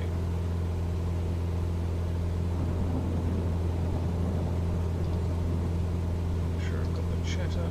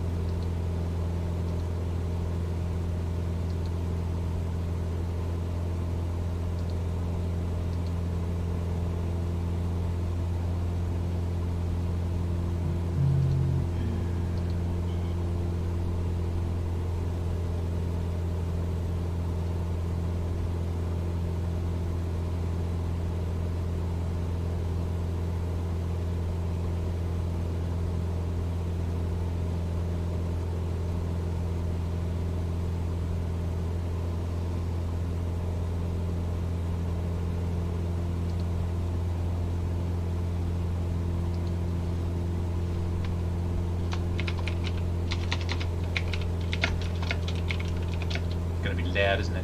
Hang on, let's mute my microphone while I'm typing.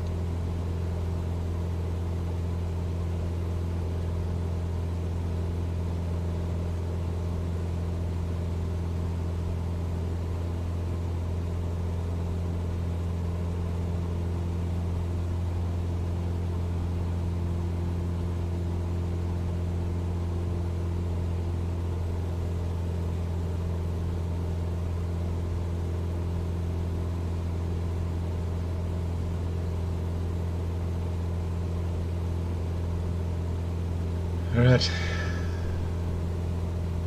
Done typing for now.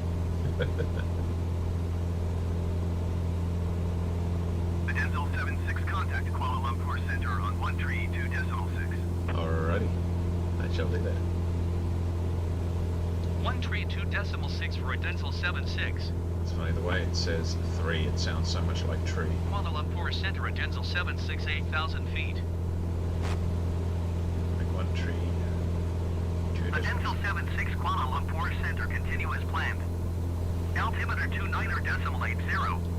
Okay, so I need to adjust that. Go.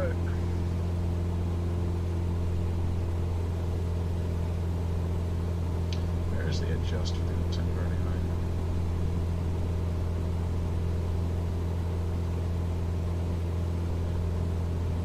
No idea.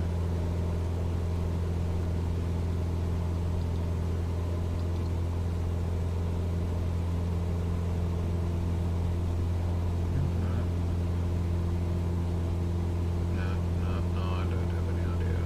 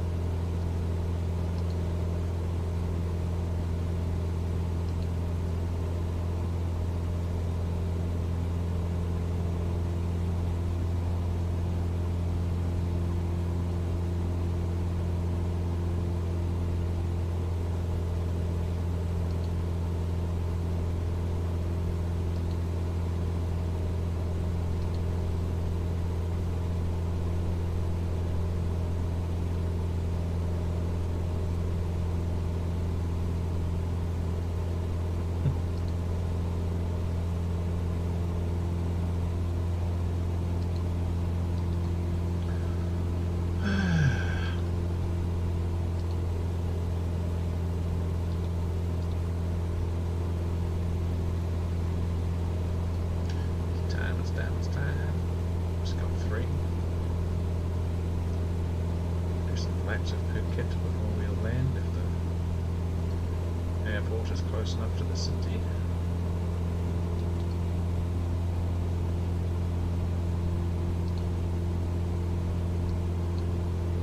Look.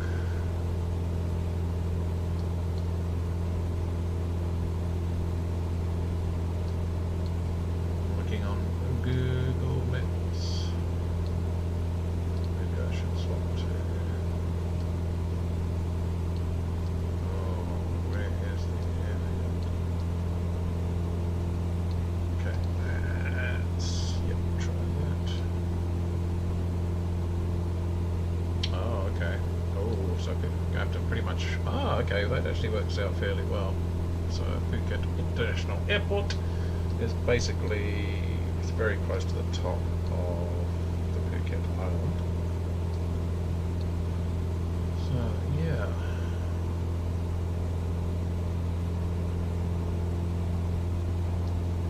That's pretty cool. So yeah, we're definitely going to be flying over the city. Right, well once we get there I'll probably manually fly it in maybe. Could be a bit of fun.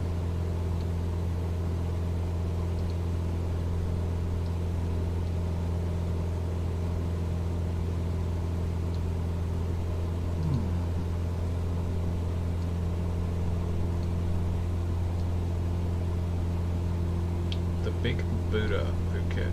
Is that like actually a big Buddha? We might have to go see that.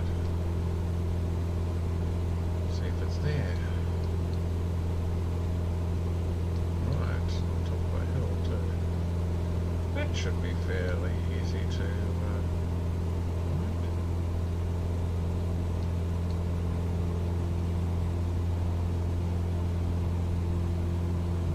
Thai boxing.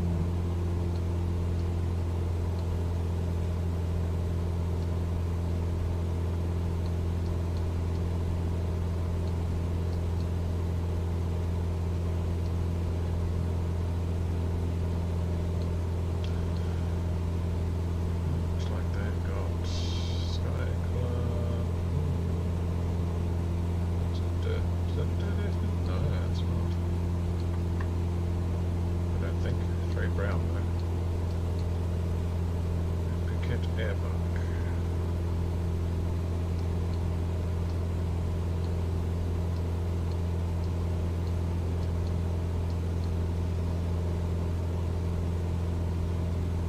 And Puket International Airport's fairly small as well.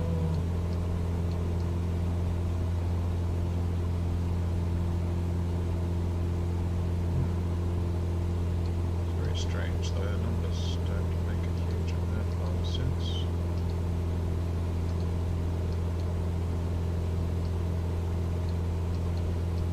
Runway is number 6, yep, that's pretty much. Yeah, hang on.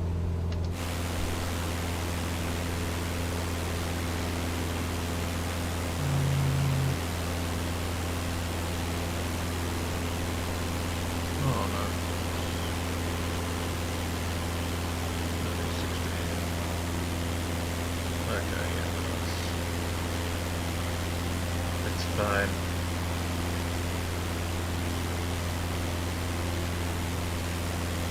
I'm singing literally number 6, which would make it very close to vertical one because it's 60.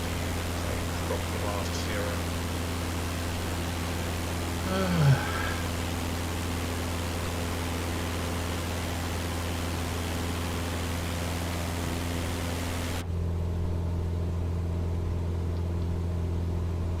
Don't even need to go outside view for that. Got it right there.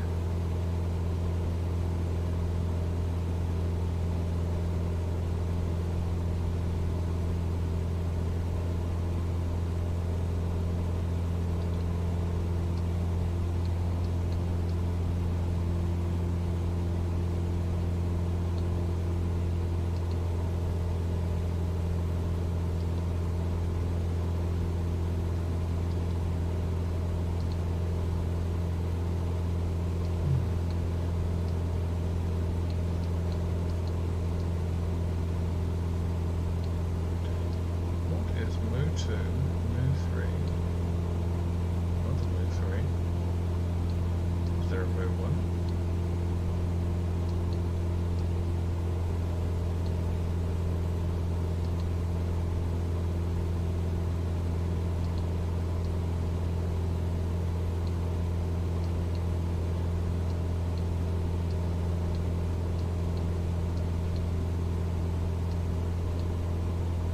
The aquarium.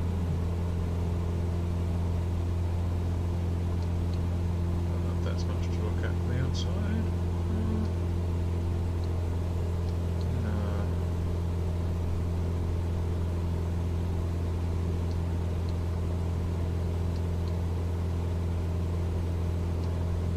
Yes, we definitely need to give Big Buddha a flyby.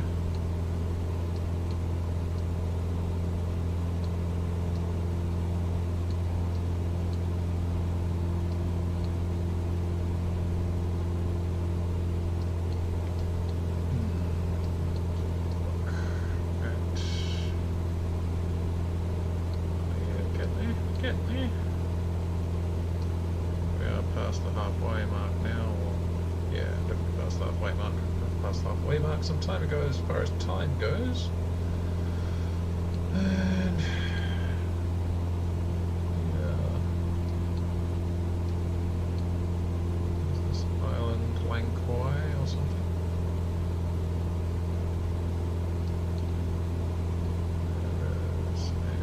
decent sized airfield there actually.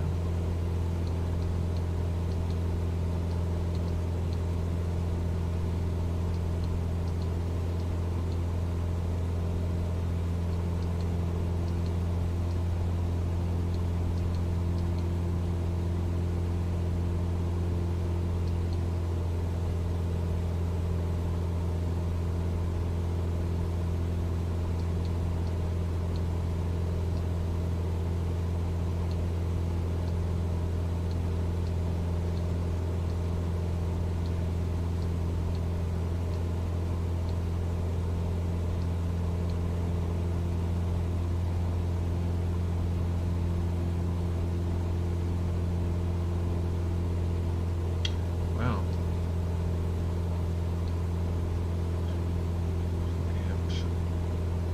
Looking at Quite Island, and they've got these houses that are so bunched up, there's almost no gaps between the roofs. Almost tempted to make a detour, see what it's like in the sim.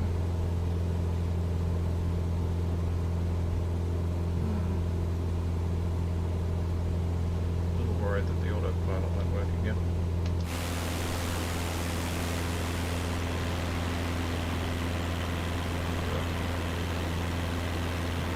That island over there, and then that's another one. Not really that far. Can't feel which way at the moment.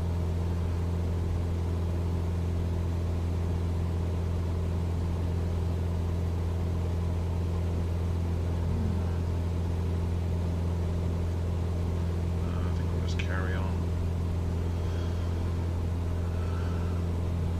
It's mildly interesting, but not worth probably 20-minute detour that it'll cost us.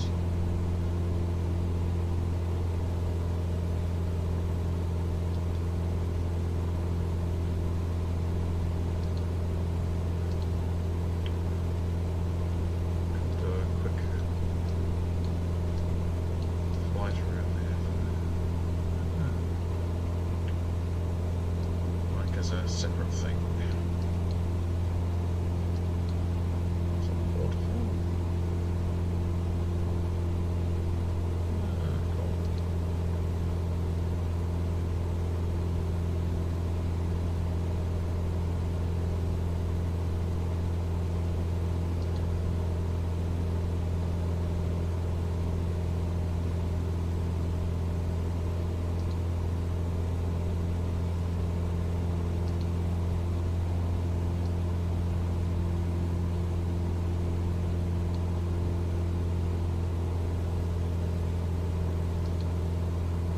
Adental 76 contact Langkawi approach on 119er decimal 4.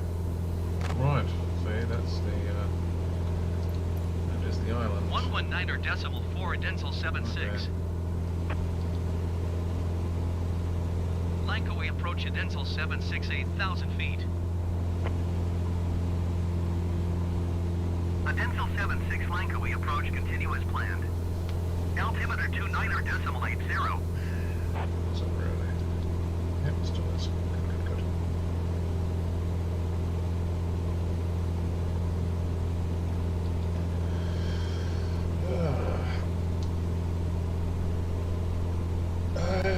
Oh, we've actually got a tailwind now. That's nice. It's going to speed things up considerably. Yeah, we're just over an hour left. No, I don't really want to kill that time. Just adjusting the hot water bottle. That's better.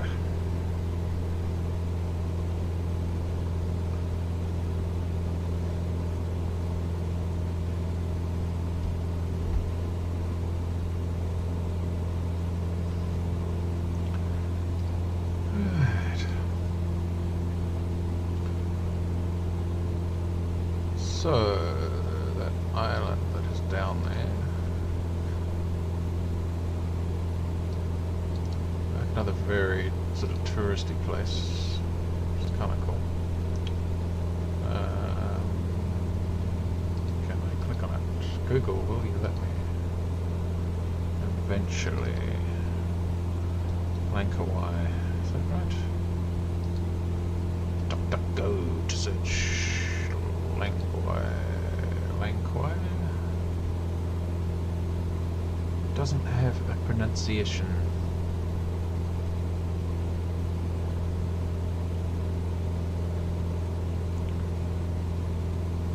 District and an archipelago of 99 islands. Wow, 5 small islands, only visible at low tide. Oh, plus 5 small. Wow, so it's over 100 islands if you count the ones that disappear below the high tide. And the okay, it's Malacca, which is, I'm guessing, pronounced Malacca. Pretty sure that's also a rude word in Greek.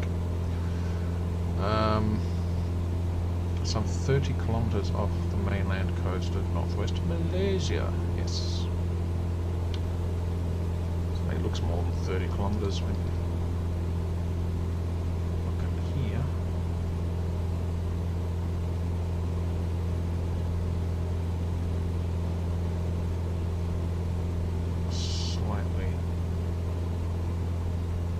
Slightly messed up here as well. I do want to have a fly around there at some point.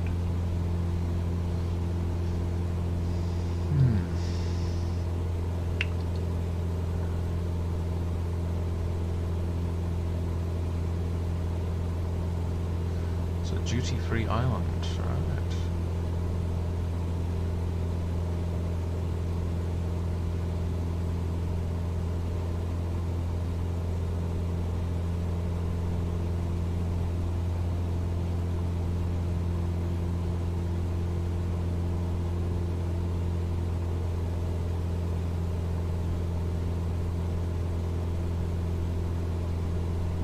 The name Langkawi is thought to have existed by the early 15th century, although in the 16th century the island of Langkawi was also marked on maps variously as Langa, Lanka, Lansura, and Langapura. There are many suggestions for the origin of the name Langkawi. According to one interpretation, Langkawi means island of the reddish brown eagle. That's pretty cool. Brahmini kite in colloquial Malay. The Malay word for eagle is helang, okay, shortened to lang, and kawai is the red stone used as chalk to mark goods. This interpretation was used to create the landmark sculpture, yes, I've got a picture of that, as an eagle as the symbol of Langkawi at Dataran Halang Eagle Square in Kuala.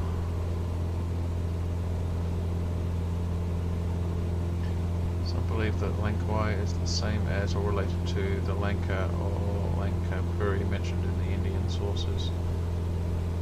This ancient name, Lanka or Lankapur or Lankapuri, is found in the Indian literature from an early period. Although the identification of the original Lanka is not certain, Puri or Puram in Sanskrit means town or city. The name Langkawi is thought to be related to Lankasuka, an old kingdom believed to have many links with Kedar. Some also thought that Langkawi means many beautiful islands, which would make sense with the way it is. Lanka also being Sanskrit, a word meaning beautiful, or while Y means many. Okay.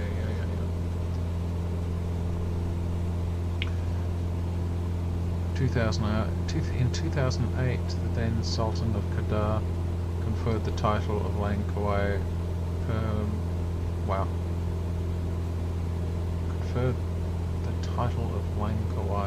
Permata Kedar, meaning Langkawi, the jewel of Kedar, upon the island as part of his golden jubilee, as an affirmation of Kedar's ownership over the island. Right, they did mention Kedar somewhere else, didn't they? Or was that... I know, Kuha's.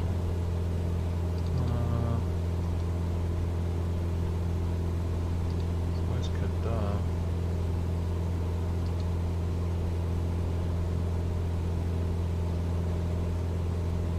State of Malaysia. Okay.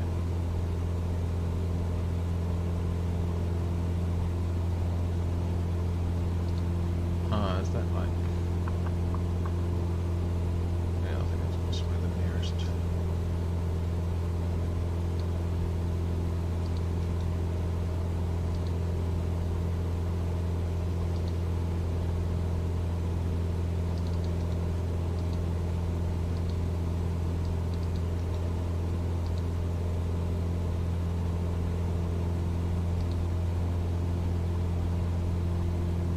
Okay, so Kedah is mostly to the east, but a little bit south of Langkawi.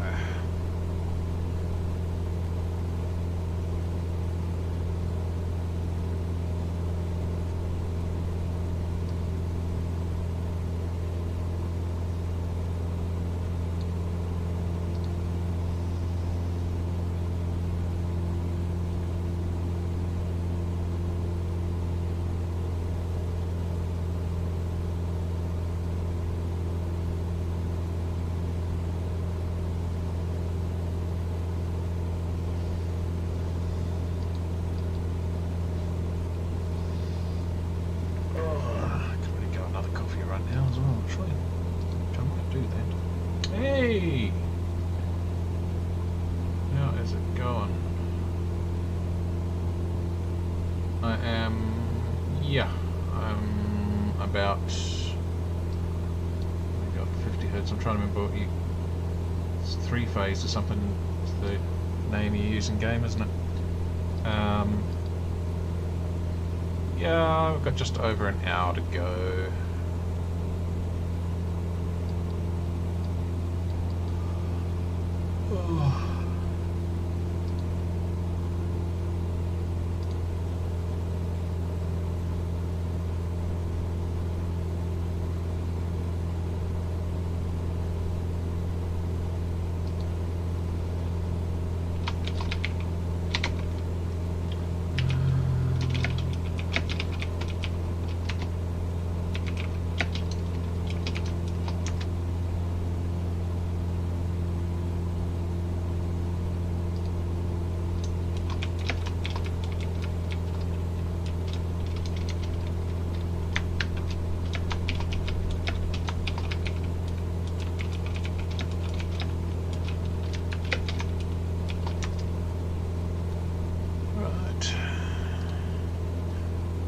Yeah, 3 phase. Yeah, 3 phase in the game. So pretty cool. Like to have. Yeah, it's a good combination of names to have. I like it. Oh my god, bloody tired though. Seems to be a bit of a theme lately.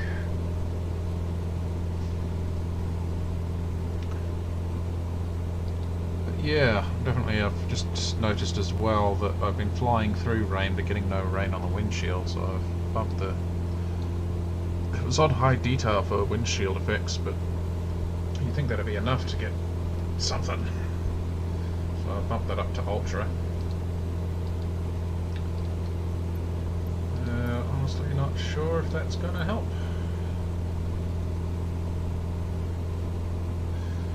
Yeah, have you got anything on your YouTube channel, or just like mine was for ages? Most people just kind of use it for watching other people's stuff.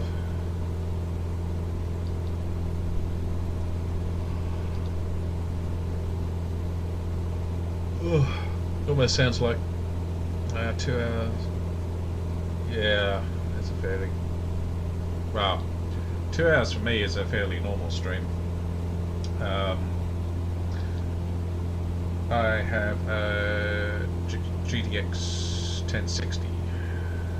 It's just a normal... Oh, it's a 1060 with a lot of RAM, because you can get the 1060 in 2 variants, one with 3 and one with 6 gig, and I've got 6. To handle this game fairly well for the most part. I'll have to check you out then.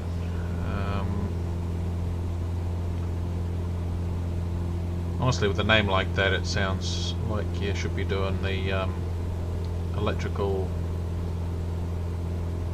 videos, like oh god, what's his name? Electro Boom.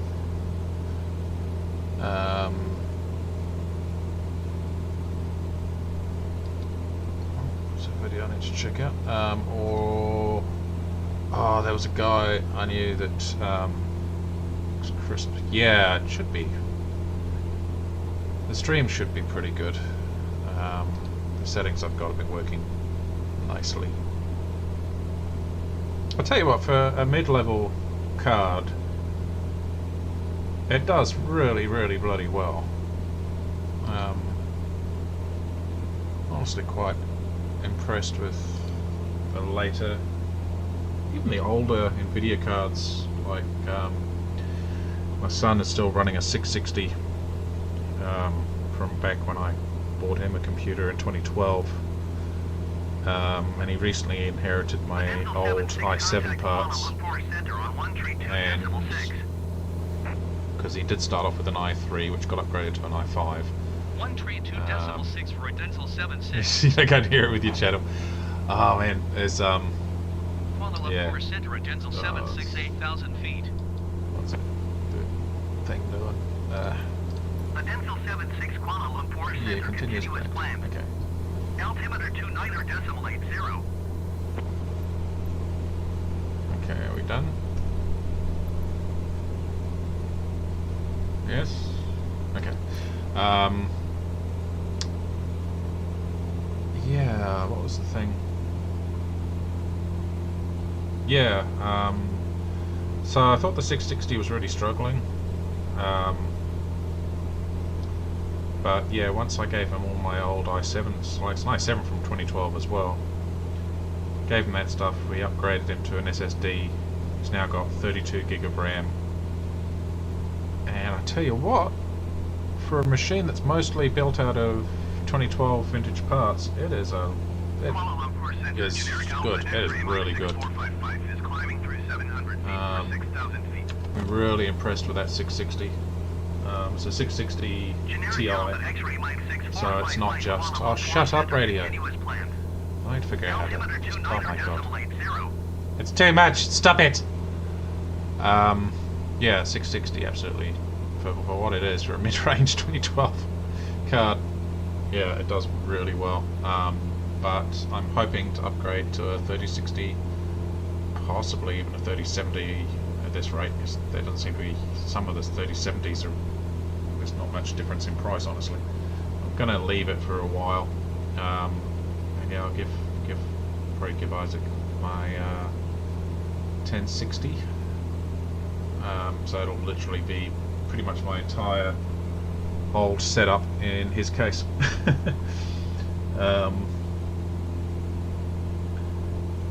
So yeah, I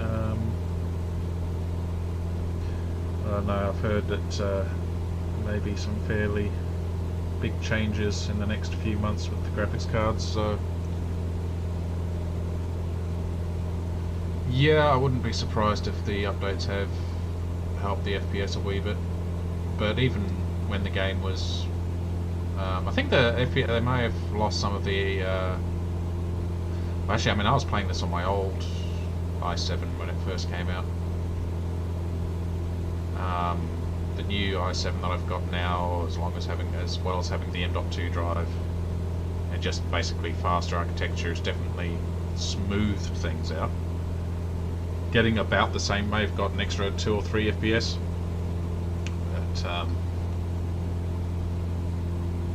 yeah, if was just saying, yeah, it's amazing how long computer stuff lasts these days. I remember an 8-year-old computer would be like a calculator. Yeah, you know, you can still use them. Yeah, exactly. Yeah, I was talking to a friend of mine on Facebook about it, and when he heard that my computer was from 2012 and still doing pretty well, like it had a few little upgrades, like the major 1060 is a fairly major upgrade, but my 1070, I'd actually basically cooked my 1070 at one point, managed to repair it by cooking it again, but it was never quite the same after that. I found the memory seemed to be the biggest boost, but he was one of these sorts of people that would basically upgrade their computer to the latest and greatest every year, just constantly upgrading. I don't know if he felt that he had a need to, or just because he could. I think there's quite a few people out there that feel like they need to. You really don't. You really don't. Especially if you get, like, I did spend a fair bit of money on my computer back in 2012, so it wasn't like I was buying a mid-tier or low-tier machine in 2012. That definitely wouldn't have lasted as long. If you buy good hardware, so unless there's some sort of major, yeah, it's been really iterative. Computers in the last 8 years hasn't been that dramatic an increase. Yeah, and I think because there are less and less people that are upgrading quite so rapidly, then they're making more games tend to be designed to be able to run reasonably well on the older hardware as well, so that makes a big difference. I was going to look up another electrical channel. I can't remember what it is called. Let's try and do this. It's a guy that used to muck about with, because Electroboom, I don't know, have you heard of Electroboom? He's pretty well known now. I would imagine you would have heard of him. And he mucks about with all sorts of electrics, but he's kind of a serious but comedy channel at the same time. Like, he gives a lot of good and serious information and debunks a lot of stuff, but he's also got a real comedy element to his stuff as well. Yeah, okay, you have heard of him. But there was a British guy as well, and his channel was more about blowing stuff up and just playing with ridiculous levels of voltage. And he was slightly terrifying to watch. Like, he's definitely not the sort of guy you'd want to be in the same room with when he was messing about with this stuff. I wish I could remember what he was called. I think he's basically stopped. His life took a couple of yeah, he is. Yeah, Electroboom is great. He definitely he knows what he's doing. He has had a couple of actual close calls on the channel, because he's pointed them out. But yeah, most of the time when he zaps himself and that, it's just part of the comedy. I'm gonna have to scroll through my I've got like 1,000 plus subs. So. You're leaving my airspace. Resume on navigation. Oh, the British guy that I'm talking about. Yeah, basically up in his attic room, or his loft room, or whatever you want to call it. Going to 123. And occasionally he'd do things outside as well if they were a bit too extreme for doing inside. He had, Bangkok Center at Dental 768,000 I'm sure he had one outside as well to light up.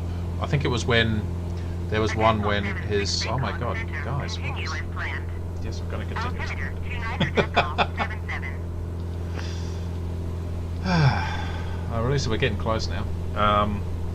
Yeah, his the street lights out the front of his house went out and they didn't fix them or something, so he made his own front light that just lit up the whole, pretty much lit up the whole suburb.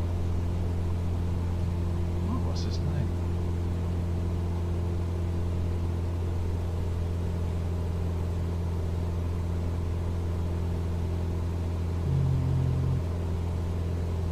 I'm also sub to a guy called Big Clive, bigclive.com. He does some interesting things. He takes apart a lot of he used to do a lot of dollar store stuff. Yeah, he did. He stopped doing his YouTube stuff, but he did actually let people know what was happening, and part of it was getting divorced from his wife. Then there was, I think he had another girlfriend that he had some issues with, possibly. But then he got together with somebody that was living in a different country, I believe, and he may have moved there. But yeah, he definitely, and he was having some mental health issues as well, which is understandable given what he was going through. But yeah, it was amazing stuff. It got a little bit samey towards the end there, but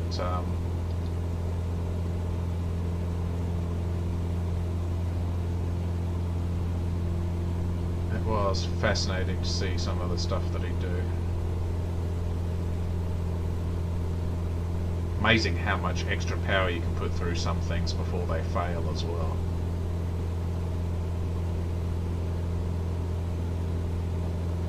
Especially like the heating elements and things like that. Alright, let's have a quick look at how things are going here. We've got 46 minutes. Still over a third of a tank. Tailwind has become more of a crosswind, but still giving us a wee bit of a boost. Weather outside is cleared right up.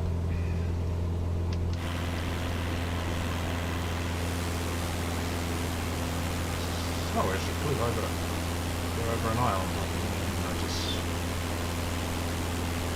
The island's looking a bit sketchy around here, mind you. What was that island we just flew over? Let's have a look. Get the old map out. Ooh, that would have been Kotanga. K-O, then a new word, T-A-N-G-A. It's a national park of some sort, I think.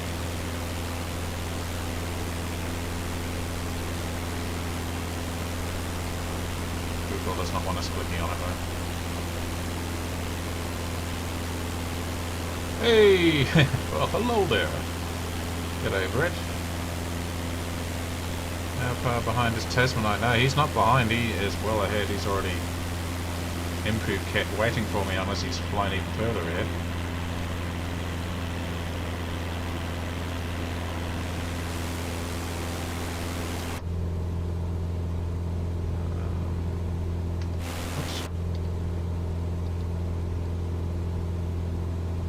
How are things in the land of Tasmania there, Brett? Actually, that looks like it might even be... Actually, no, I think island was that one that I have flown over. You know what, I'm not entirely sure. Might be Korawi and Kodang. Certainly was actually, yeah. We would have flown over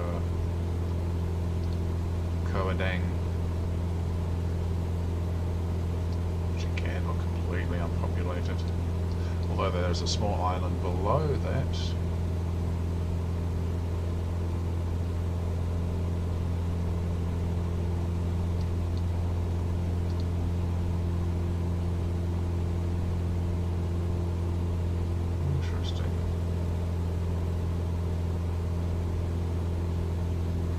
Island actually called Suntan.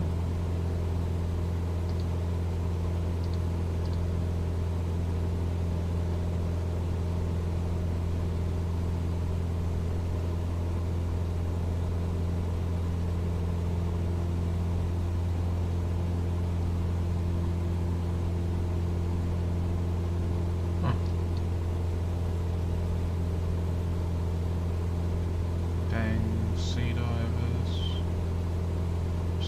Interesting little island.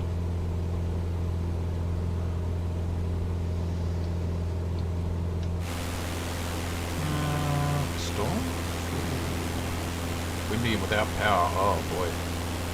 And he's flying out tomorrow from Puket. Ooh, yeah. Better feel this.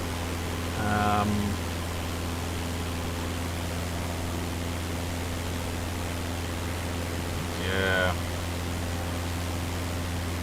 It's furious areas around here that are a bit susceptible to that, but mostly we're pretty good. Got a lot of... I'm actually surprised there's not more underground power, actually. I think they avoid underground power as much as possible in New Zealand because of the earthquake risks and that.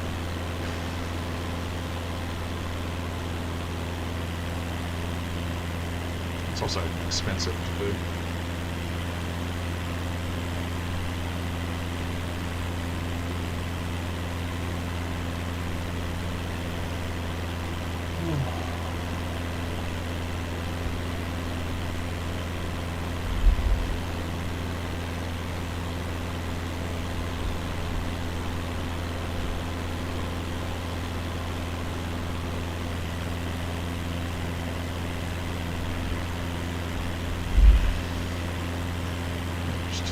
Adjusting my blanket. Got my blankie. Keep me warm. Alright. Yes. Mazoland.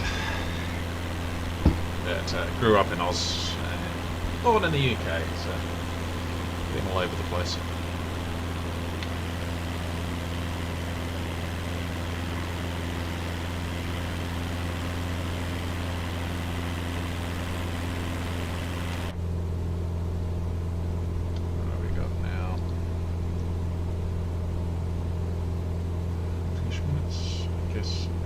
Start descending ever so slowly.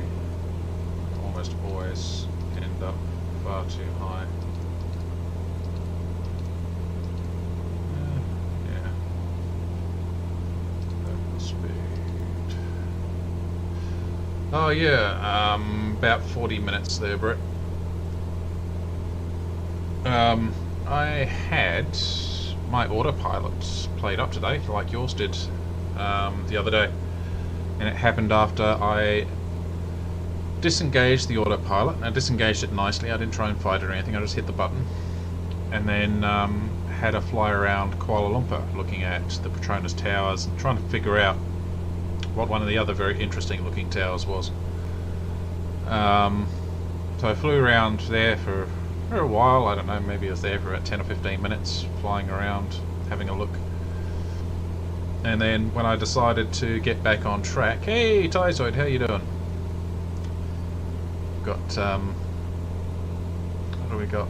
Brett and 50 Hertz, otherwise known as Three Phase, is on YouTube chatting at the moment, so I'll try and keep you guys all synced up. What was I talking about? Oh yeah, I was telling Brett that my autopilot was playing up like his was on, it was the last flight we did together. And yeah, it happened after I had finished flying around Kuala Lumpur, checking out the sights there. I hit the autopilot and everything seemed to be okay, except I think if I go back and have a look, I'll see that the flight director just told us to just decline, and almost, well, it pretty much did stall me out. Yep. What were you streaming, Tyzoid?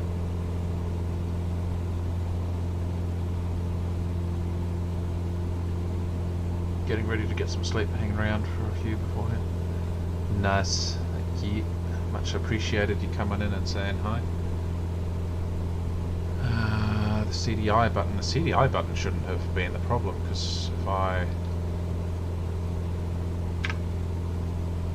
that's the CDI button there, and that is just your different. That's your different navigation beacons and stuff. You streamed for almost 8 hours, Tyzoid. Wow, was it flight simulator stuff or?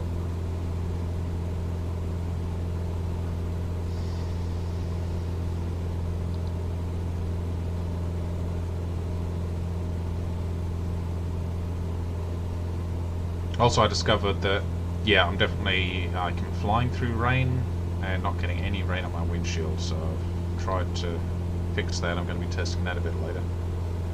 But I discovered it for certain a bit too late to do anything about it, which was a shame.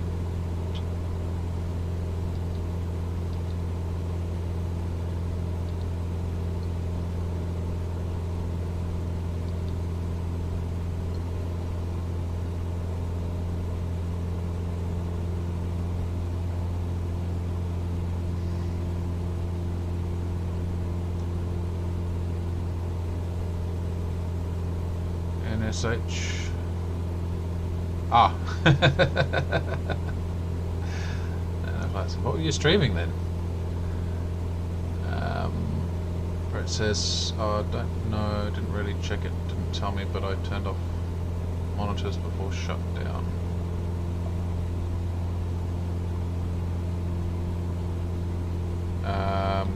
We still talking about autopilot, Brett, or something else?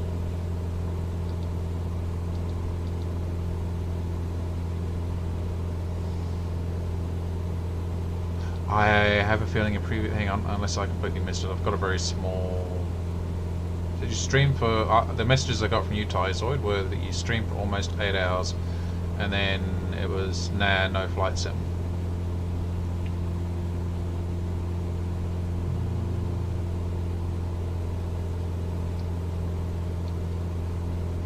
Oh, Brett was talking to 50 hertz. Cool. 50 hertz. So. Oh, the Windows update. Haha. Gotcha. Oh! No, the messages earlier. It serves me right for having such a small chat window.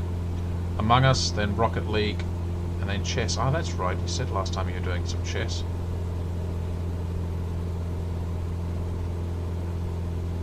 I can get back into Rocket League, actually.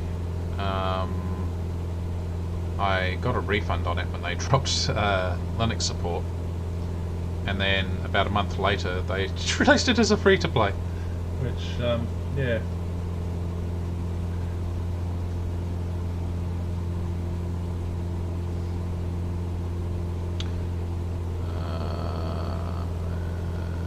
No, well, I stream on the same computer that I play on it. It's fairly... Even fairly old computers can do that reasonably easily. That's, ooh. Wow. So you've got a 2080, not 2080, a 1080, don't you? How much RAM do you have, Brett?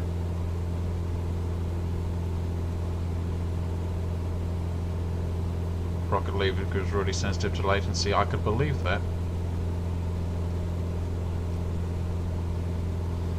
But I mean, depending on your, I think the problem would be 32 gigabytes. Oh dear, that's a bit. 1 FPS. Oh, you've been getting some. I wonder if it's the mods that are dragging your frames down, because I know you've been getting more inconsistent FPS than. Oh, and also you do run at a higher resolution, don't you? Because I'm only running in 1080, so that is a hell of a lot easier to do that. Going for about 20. Fine, about 20 seconds later to back to 30. Interesting. I take it Venice is all photogrammetry stuff.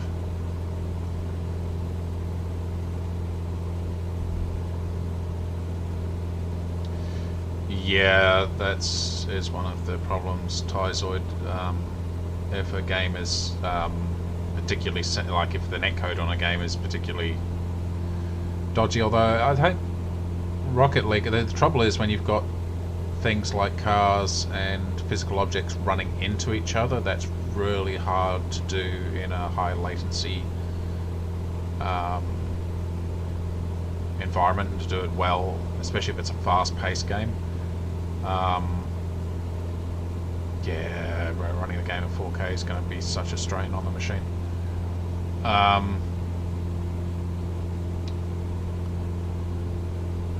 What was I saying? Yeah, so like games like World of Tanks, you can have tanks and they're running into each other reasonably well. It works quite well, but they're also very slow-moving vehicles, so it's not such a drama. But yeah, Rocket League. So one of the other games that really suffers from any sort of latency, really, that I've found is it's another game by Gaijin, or published by Gaijin. It's where you make your own vehicles and stuff. Oh, what's it called?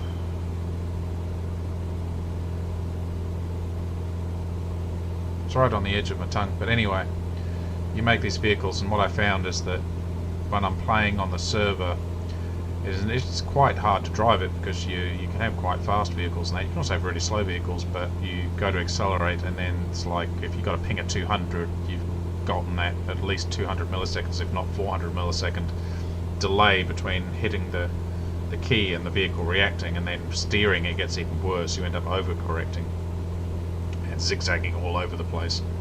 And it feels horrible. But then if you go into test drive mode, that's just local. They're not using any command sent to a server then, and the vehicle feels the way it should do. So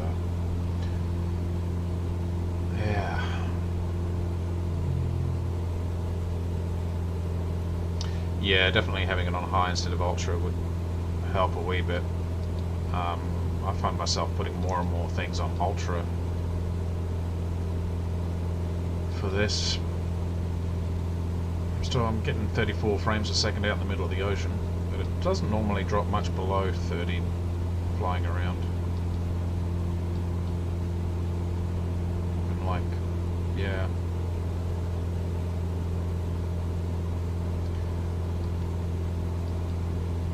Actually tried the game on Christie's laptop the other day, and she's only got a 1050 in that. But I was, yeah, really quite surprised how well the game coped. Again, only 1080p, but on it's either a 15 or a 17-inch screen, that's absolutely fine. Flew around New York, and it was doing well.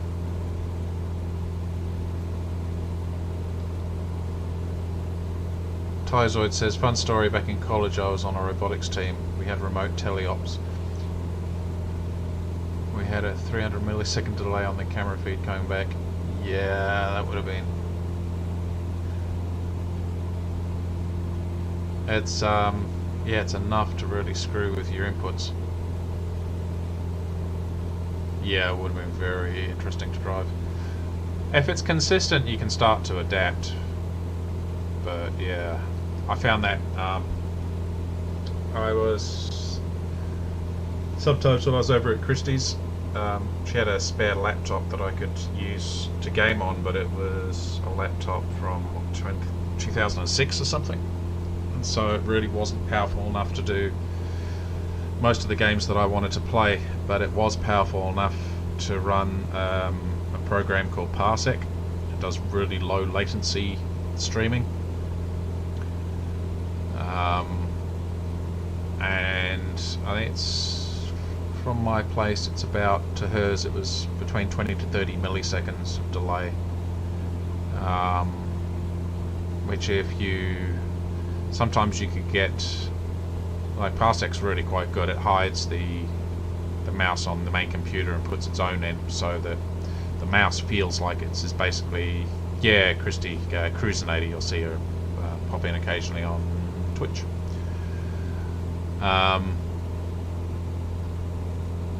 And yeah,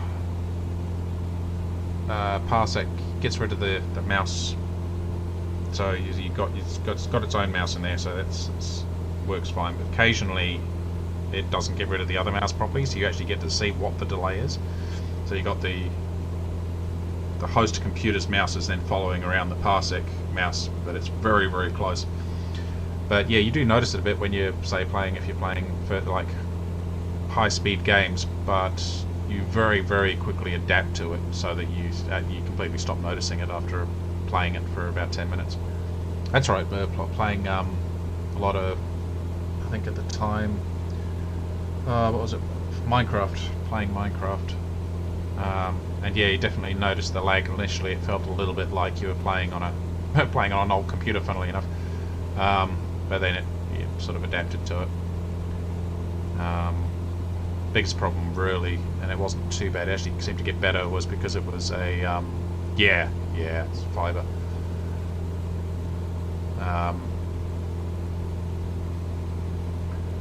But yeah, Parsec's interesting because it can turn games that don't have online multiplayer, that are only co-op multiplayer. There's a surprising number that are only local multiplayer. It can turn those games basically into a online multiplayer game. which was one of their selling points. Even though it's a free program to use, but I think you can get premium features. But yeah, for the most part, it's great. Don't think you need, like, if you just had standard copper broadband like ADSL or something, it would still work fairly well.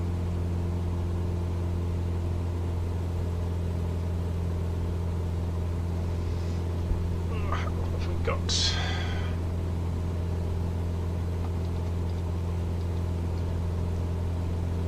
Six minutes. Right. Mixture a bit richer.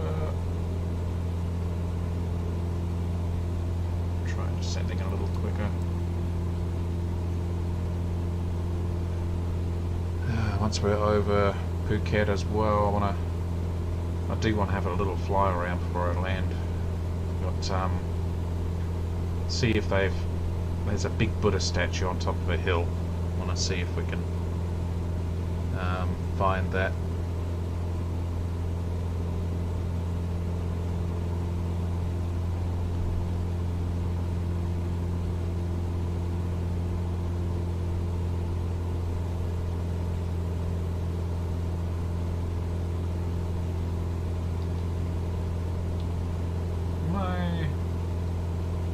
Has my navigation gone off? It has. How did that happen?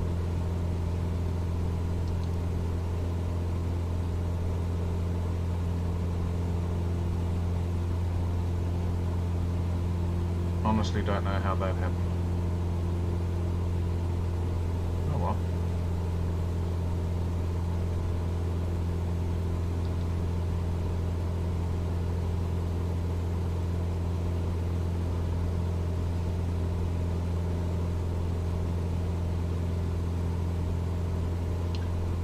Zoom in a bit on this as well, so we can keep an eye on it.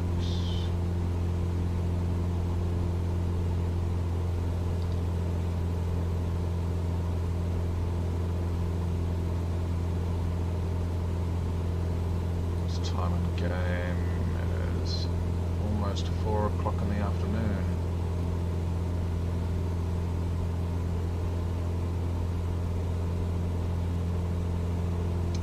Yeah, it's a good point. I've got all that stuff switched off. I just had a look on Google Maps, and I don't like the way the points of interest invade the otherwise fairly realistic looking environments. But yeah, quite. Oh, almost 4 AM for Tizoid. Yeah, I know what that's like. I was up to, well, the sun was coming up last night before I got to sleep. I was getting, I don't think it was quite at sun, it wasn't quite sunrise, but you know, thanks for popping by, Tizoid. It's been great chatting. Hope you have a good and restful sleep. We'll catch you next time, hopefully. And 50 Hertz is off. Alright. Yep, putting the kids to bed. Hopefully with a good night story. Bought my nephew The Monster at the End of This Book, I think it was called. It's one he used to get written as a kid as well. So yeah, have a good one, 50 Hertz. Hope your kids go to sleep well. Points of interest, Brett says, points of interest on, off, name tags on, off.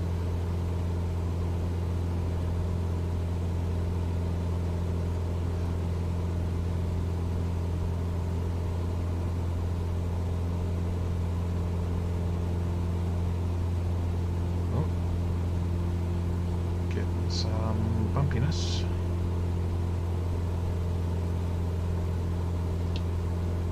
I think the wind just changed on it.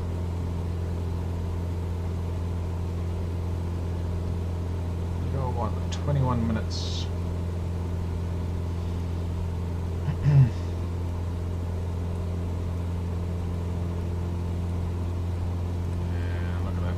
scroll in and out and playing with the volume button there. Little things I wish they would fix.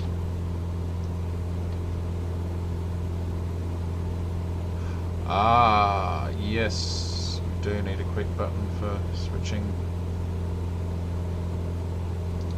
Did you have a look to see if there is? Because yeah, that would be really, really useful. Just about redlining here.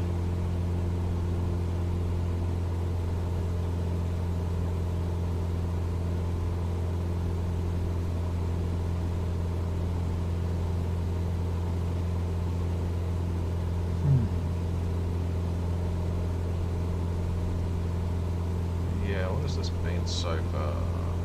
Yeah, it's been over 3 hours of flying so far. Yeah, no, that's probably not. It's, I suppose, like, it would be really handy for them to have a button for everything, but it's it is one of those things where even something like War Thunder, you can set most things, pretty much most things you could want to set up, you can set up in War Thunder. But I noticed on X-Plane it's even more detailed than that in the controls and options setup, and it is a bit bloody overwhelming when you're just faced with a list of, you know, you can do pretty much anything, and here's, you know, here's all the, you know, almost like a minesweeper setup for the buttons. Yeah, I wouldn't be surprised if somebody wrote like a, if the API allows it, like some sort of controls manager, a bit like you can get mod managers for certain games. I think there's already a bit of a, somebody did a manager for, what was it, the liveries, a liveries manager somebody's written, although I think it might be for a specific set, the mega pack, I think it's got a liveries manager written for it, so that as they update it, your liveries in that pack get automatically updated as well. I haven't looked too much into it.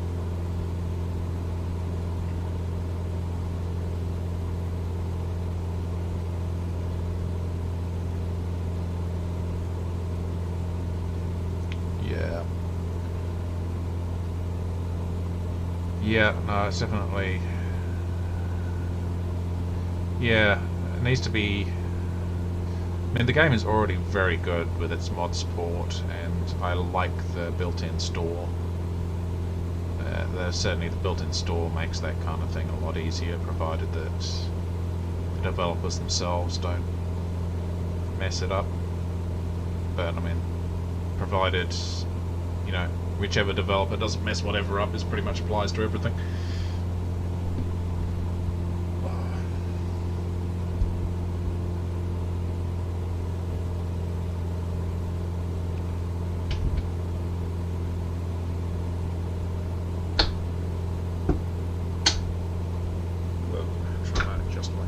To be a little more comfortable. Go.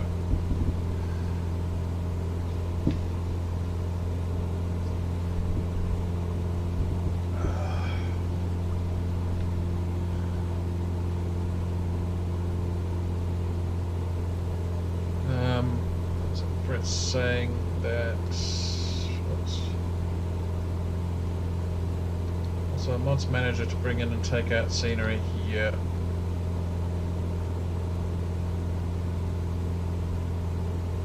So somebody's already written a mod for that for Flight Sim. Man, you can hear how tired I am with my voice at the moment. It's going crazy. It's crazy, I haven't been awake that long. Just, yeah.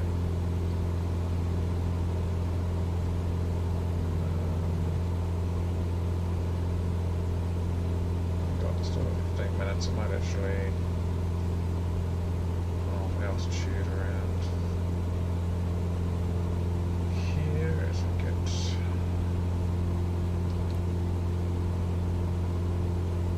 Oh, why did it choose 900? I was almost at 3800. Hit the button, it decides to go to 3900. don't think the real aircraft would have done that.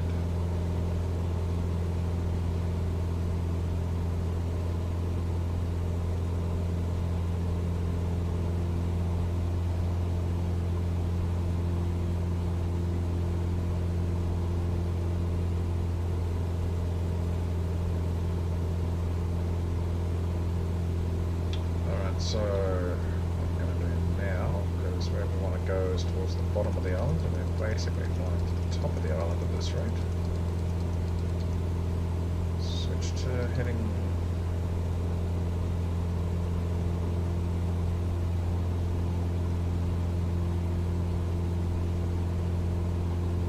Brett says he's exhausted too, entertaining 7 family members can really take it out of you. 7 family members? Have you got, because Christmas and all that is coming up as well, do you have like a big immediate family, or have you got people staying with you at the moment?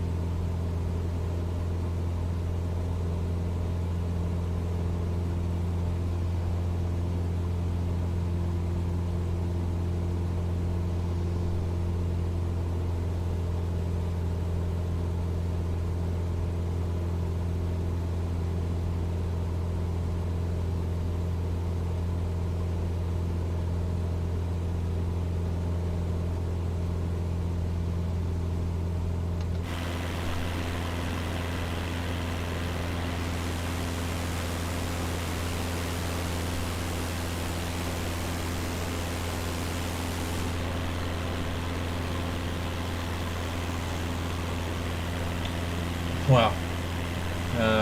Said 5 siblings, 4 came over today with their children too. Wow. Going to be a big Christmas then. That's pretty awesome.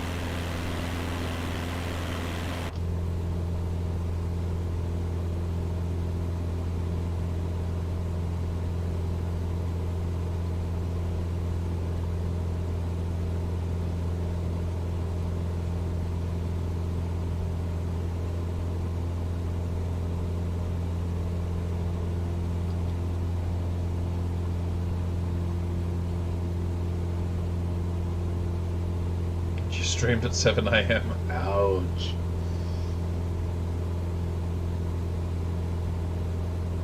Yeah, no wonder you're naked.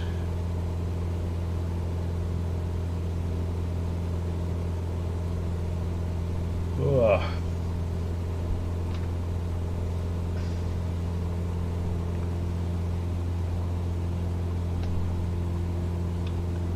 Man. 6 AM getting ready. So that's just gone 8 o'clock for you now, hasn't it? So you've been up for 14 hours, at least.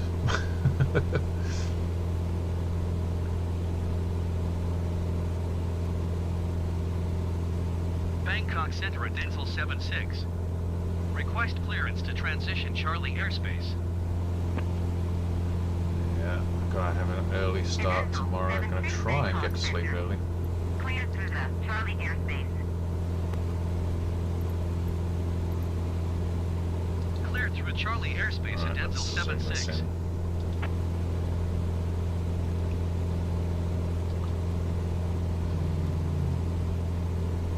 Yeah, so the Buddha statue should be somewhere around here. It's definitely up on a hill, I know that much.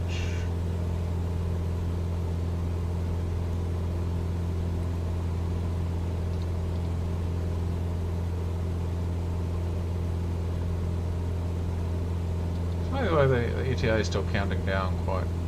I'm not flying on the line anymore, but the ETA is still. Oh, yeah, yeah. I think it'll be taking longer and longer.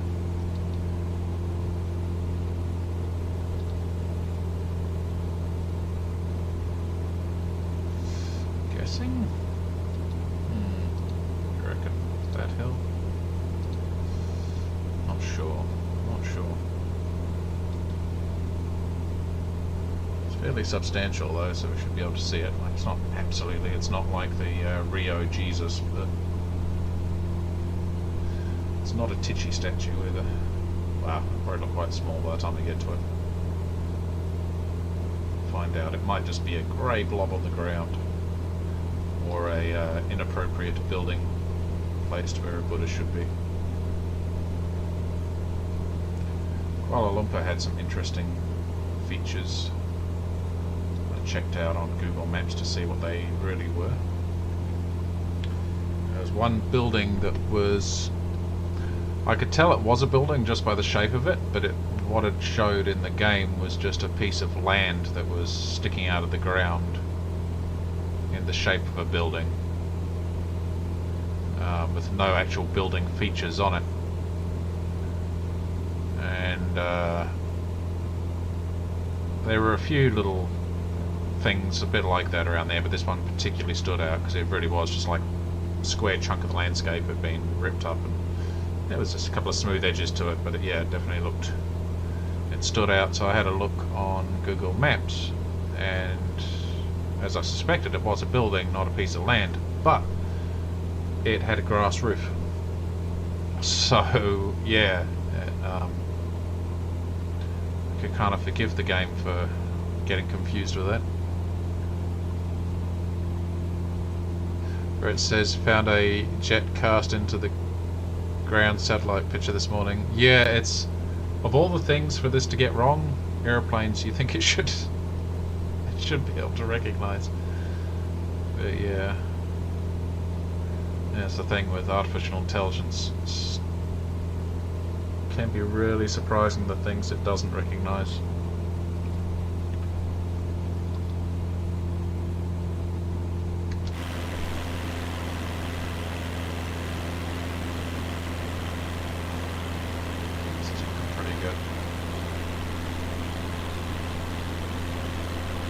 Very, very scenic, isn't it? Find hotels maybe down there. Alright. I think I shall... well, fly on autopilot for a little while longer, but then I'm going to take it off. With... oh! So, Brett says he found the jet cast into the ground, but with contrails. Wow, where was that? So that was obviously an actual flying aeroplane that must have been caught with satellite imagery. Oh, was that on your stream this morning?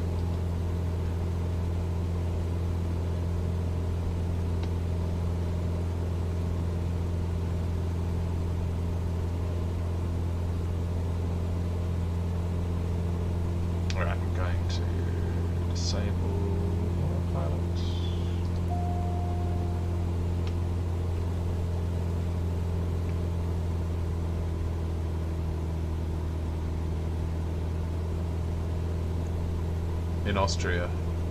Yeah, and it was on a stream this morning. That's definitely one for the books. I need to go to I need to go to the forums and read it. Wow. Northwest of Lowai. I'll have to go check it out. I wonder if anybody else has discovered it yet. Innsbruck. Nice. Oh, that's weird. I'm sure I saw a building on that island. Right, where is this Buddha? Oops. Pretty sure it's going to be this hill here. Right. I like just love these islands.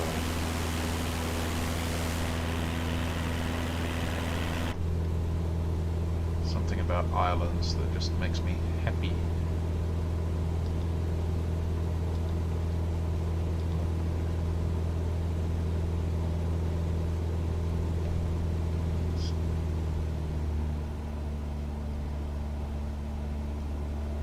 Down a wee bit.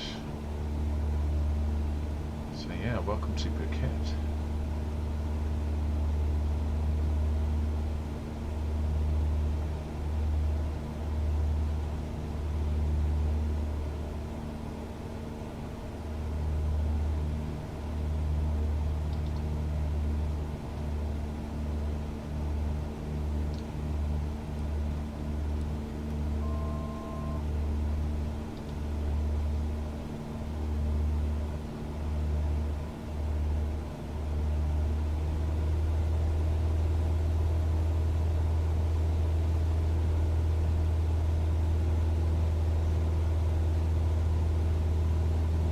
Dental 76 contact Phuket approach on 124.7.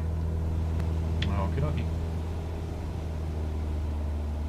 124.7 Adental 76. Phuket approach Adental 76 3,500 feet. Dental 76 Phuket approach. Continue as planned. Altimeter 29 Oh, wow. decimal 77. I was actually getting quite bad radio. I was getting interesting radio stuff on the radio then. Like interference, it sounded like. Never had that so strong before. That's interesting.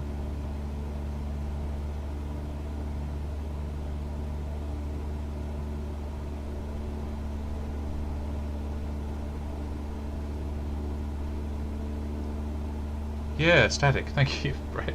That is complete brain failure at that point.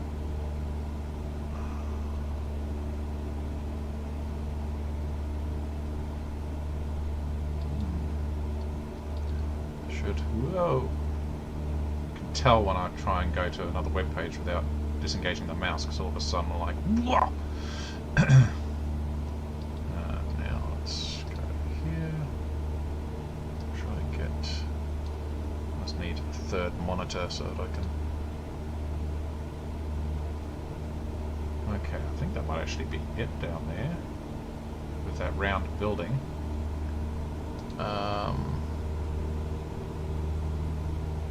Oops.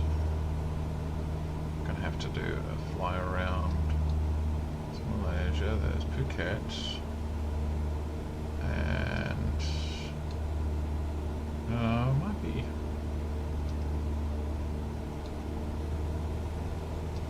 Hang on. Oh.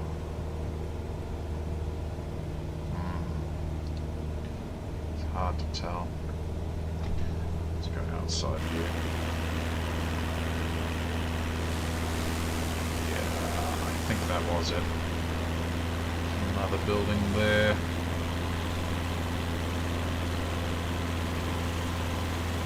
Wish the controls for the views went backwards here.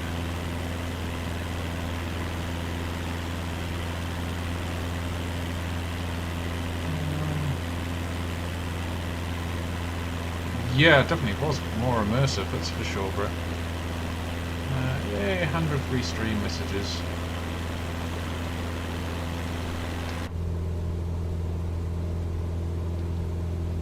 So, looks at peninsula there. If I can.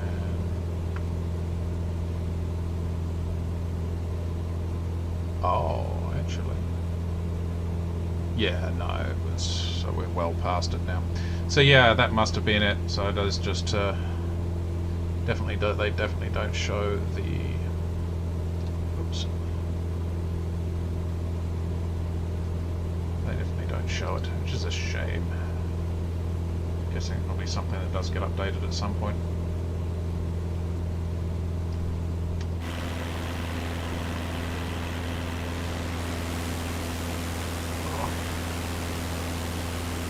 Buildings there too. Yeah, no, we're well and truly past it. 101, 102, dot dot dot. Oh. I mean, it'd be nice if there was something other than the just the congratulations, but it's nice. Little milestones.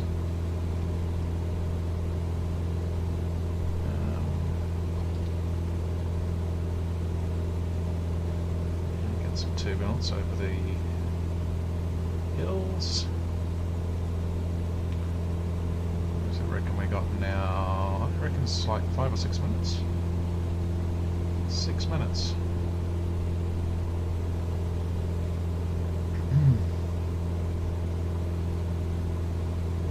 Oh, yep. Seeing stuff down there. Over here. I expect to see it. So it depends what runway they tell us to go into. If the wind is coming from that way. Ooh, they're probably going to be telling us to come in from that way, eh? I'm going to guess they will. So let's head over to... Feels like this way is north, but it's not, it's west. All turned around. Yeah, I mean, I'm thinking it might have been just a bit of a coincidence that things went sideways for you with it that one time. Because it is normally pretty good. And it is, especially when you are still essentially starting out. It's good to be able to cover a bunch of bases.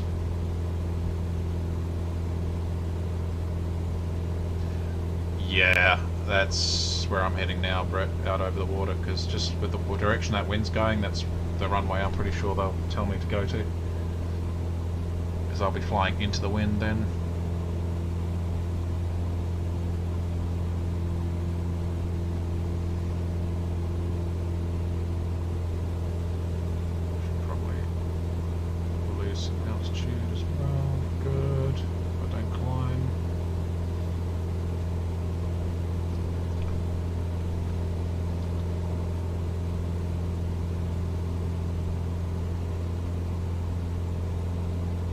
Lake on top of that hill there.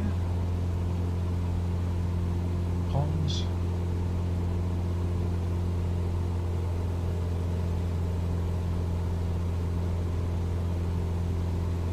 Yeah, I had no idea that Phuket was an island because it's so close to the rest of the land there.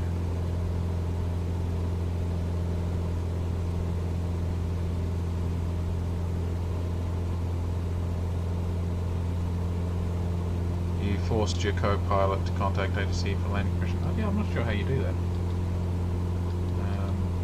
I know sometimes just by obviously relying over there. Oops. Oh, god damn it. Just by, for myself, sometimes just by going to the nearest airport list was enough. Maybe wait for them to do it for you. Sometimes I've waited a bit too long in the past when I forgot, like I think it was last stream when I was coming into Kuala Lumpur and I had the navigation set as Kuala Lumpur just as a waypoint and I'd forgotten that. And I was waiting for a while, by which time I was a bit too close to the airport and I had an interesting landing. But pretty much, if you see, I think once I get past this line, once my whole aircraft is past that line anyway, if they haven't called by then, I will. They normally do pretty well. Yeah, once I'm past that line, I'd expect them to be contacting fairly soon.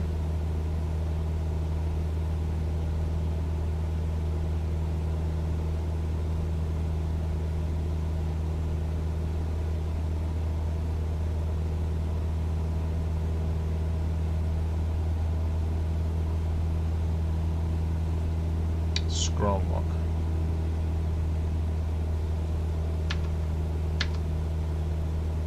Oh, right. That's handy. And a shortcut one. Yeah, so the nearest airport list is what you're using, yeah? Because that's what I've done in the past. But seeing as it is on my... It is like my waypoint, so it should be contacting them very, very soon. If not, then... Oops. So what do the other ones do? Brings oops.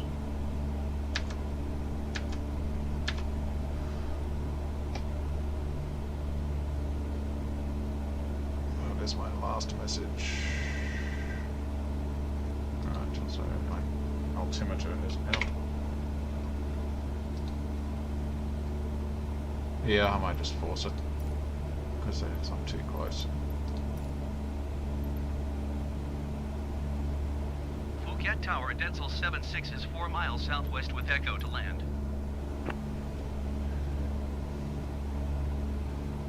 should have done it by now. Additional 76 Puket Tower. Fly left base runway 9er. Altimeter 29.77 wind 09er 114. Go, so yeah.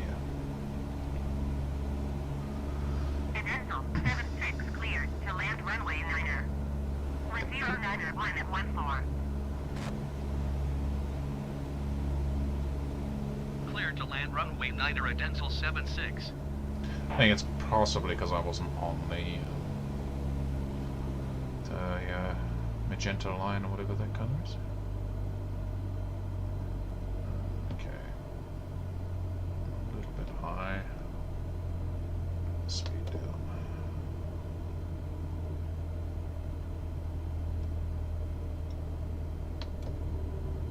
Close for a yeah, smart camera is actually working for once. Yeah, it was fairly close as far as missions go, but certainly not the closest I've had. 500.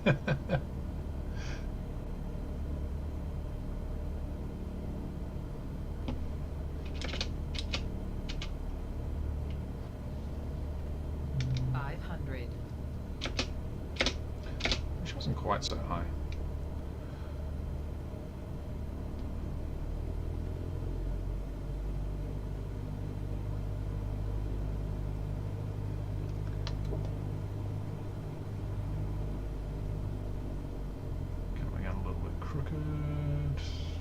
There's a wind though, 8-knot wind coming in, crosswind I think. Decent one. Coming in a bit low.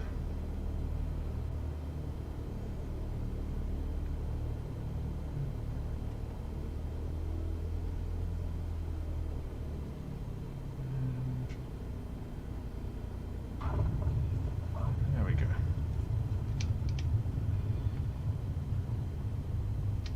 Brakes. Additional 76 exit runway when able.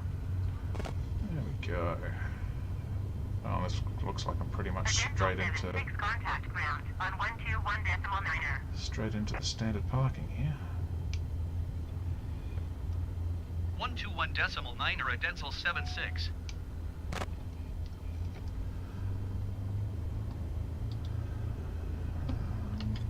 Handbrake on for a bit. Could we have ground, please? Hey, we're actually getting parking options now. Sometimes I've landed and there's been no parking ground options. Adensal 76 taxi to parking. Additional 76 taxi to general aviation parking via taxiway Alpha Cross runway 9er. Right, you're not going to give me the number.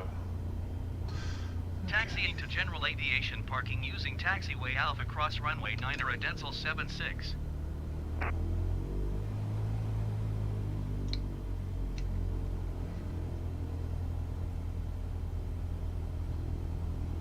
This looks like general aviation to me.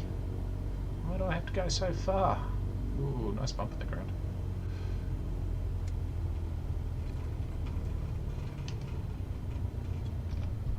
Don't like being zoomed in so close either. There we go. Ah. I finally got one of the spammers on my Twitch channel again. Hang on. Get to pause while I... ban the user. There we go. Yes, ban. Right. Break off and let's proceed.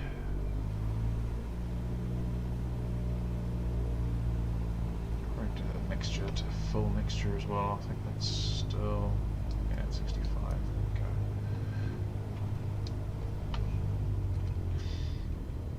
Bit of an undulating taxiway here.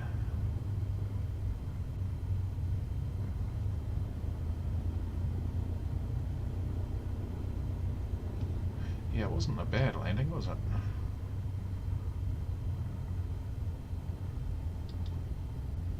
Oops, I should put those up.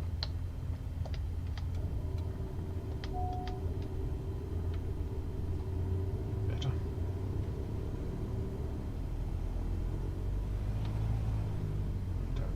airplanes approaching.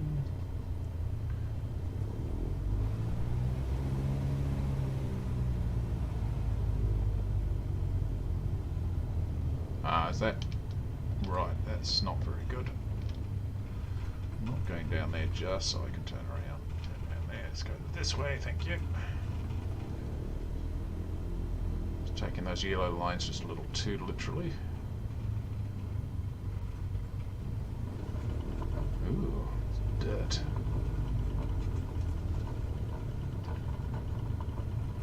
Oh, this is cute. Is this where you ended up parking, Brett? This is adorable little area. I love it.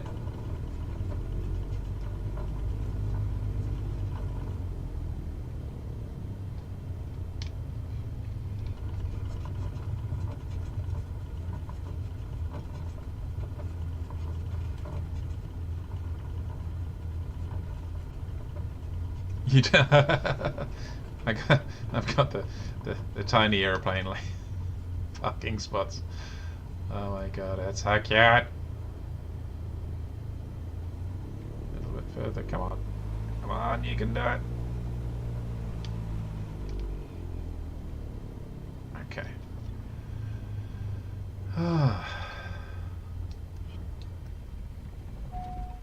Okay, seems pretty happy with that.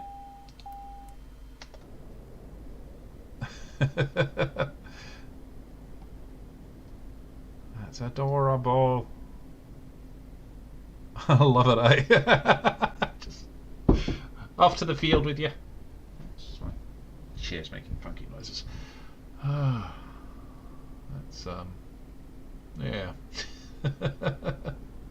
That's cute. Oh my goodness. Wish it had told me what number it was though, so it would be easier to look up, but I probably should be able to find it. It'll be a little parking spot off to the side, I'm guessing, when I do eventually come back.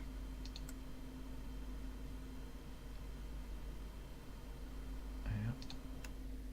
Oh, there we go. Very good. And that was what? 3 hours, 23 minutes of flying. Yeah, I get the dirt. I get to play in the dirt. Yes, I do feel like one of these working class planes. They're very cool. Now, hopefully see you tomorrow.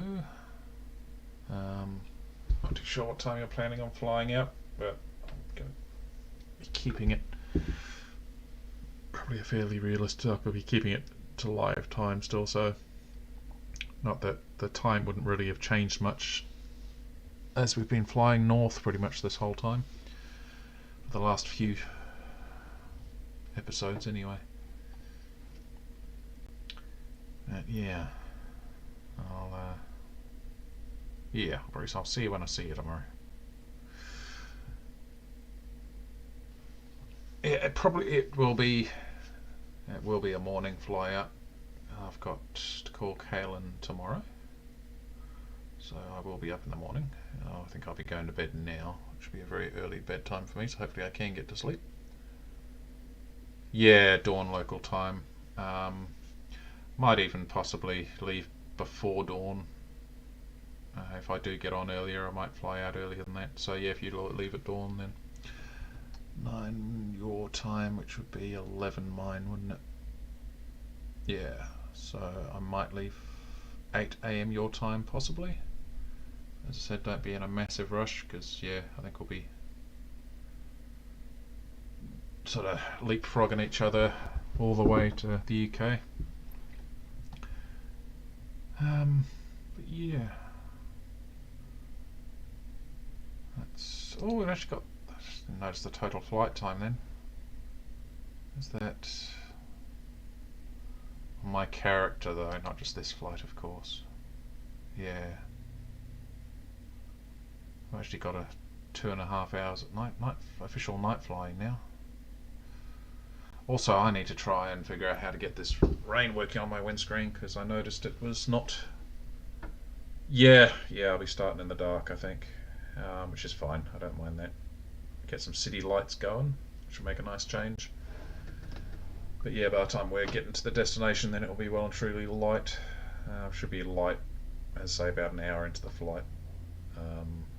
Try and make it a 2-hour flight for myself. Make it again. Should make it another just an hour flight for you, more or less.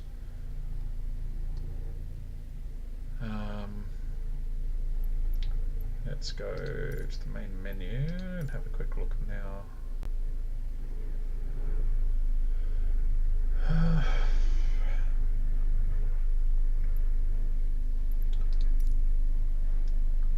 So, can we get rid of? Is there a way to get rid of the clouds?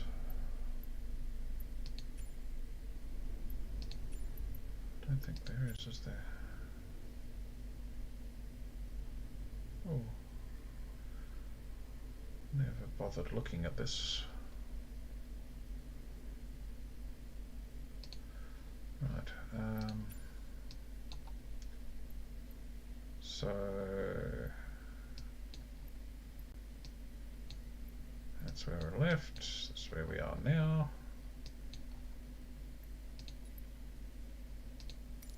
So that. I reckon it's going to be another northerly flight, isn't it?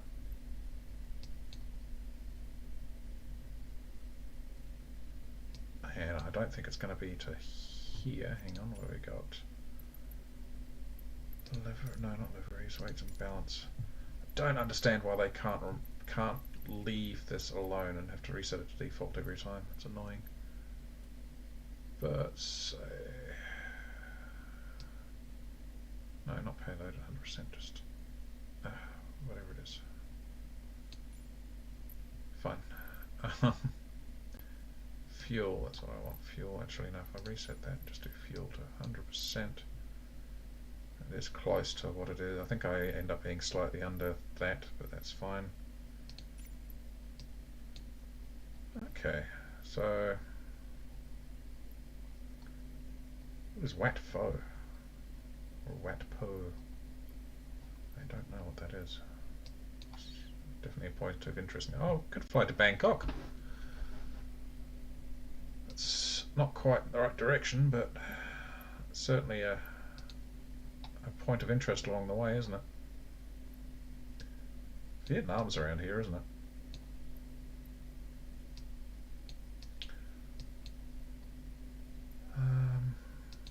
That would be 3 hours. Yeah, I don't know. Do we want to go to Bangkok? Well, if we just said, oh, we got 7 people. Where are they all? We got 3. Oh, now my thing's not working. I can only see. Oh no, there we go. We've got 3 in Twitch, 4 in YouTube. Hello. But I always end up getting people as my stream is ending. So yeah, I am thinking, try Bangkok. Can't fly halfway around the world without going to Bangkok, surely.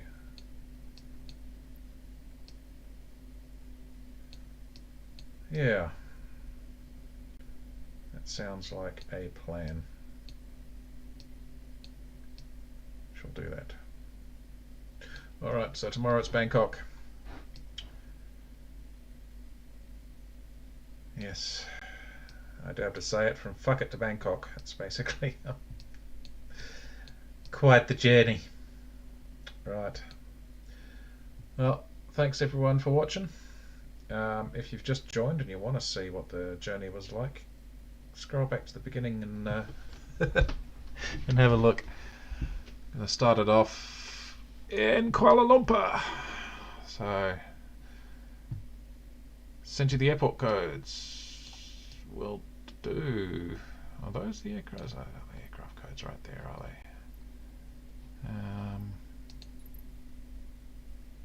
No, it must be. VTS. Is that really the aircraft code? That is. Hang on. I will do that right now.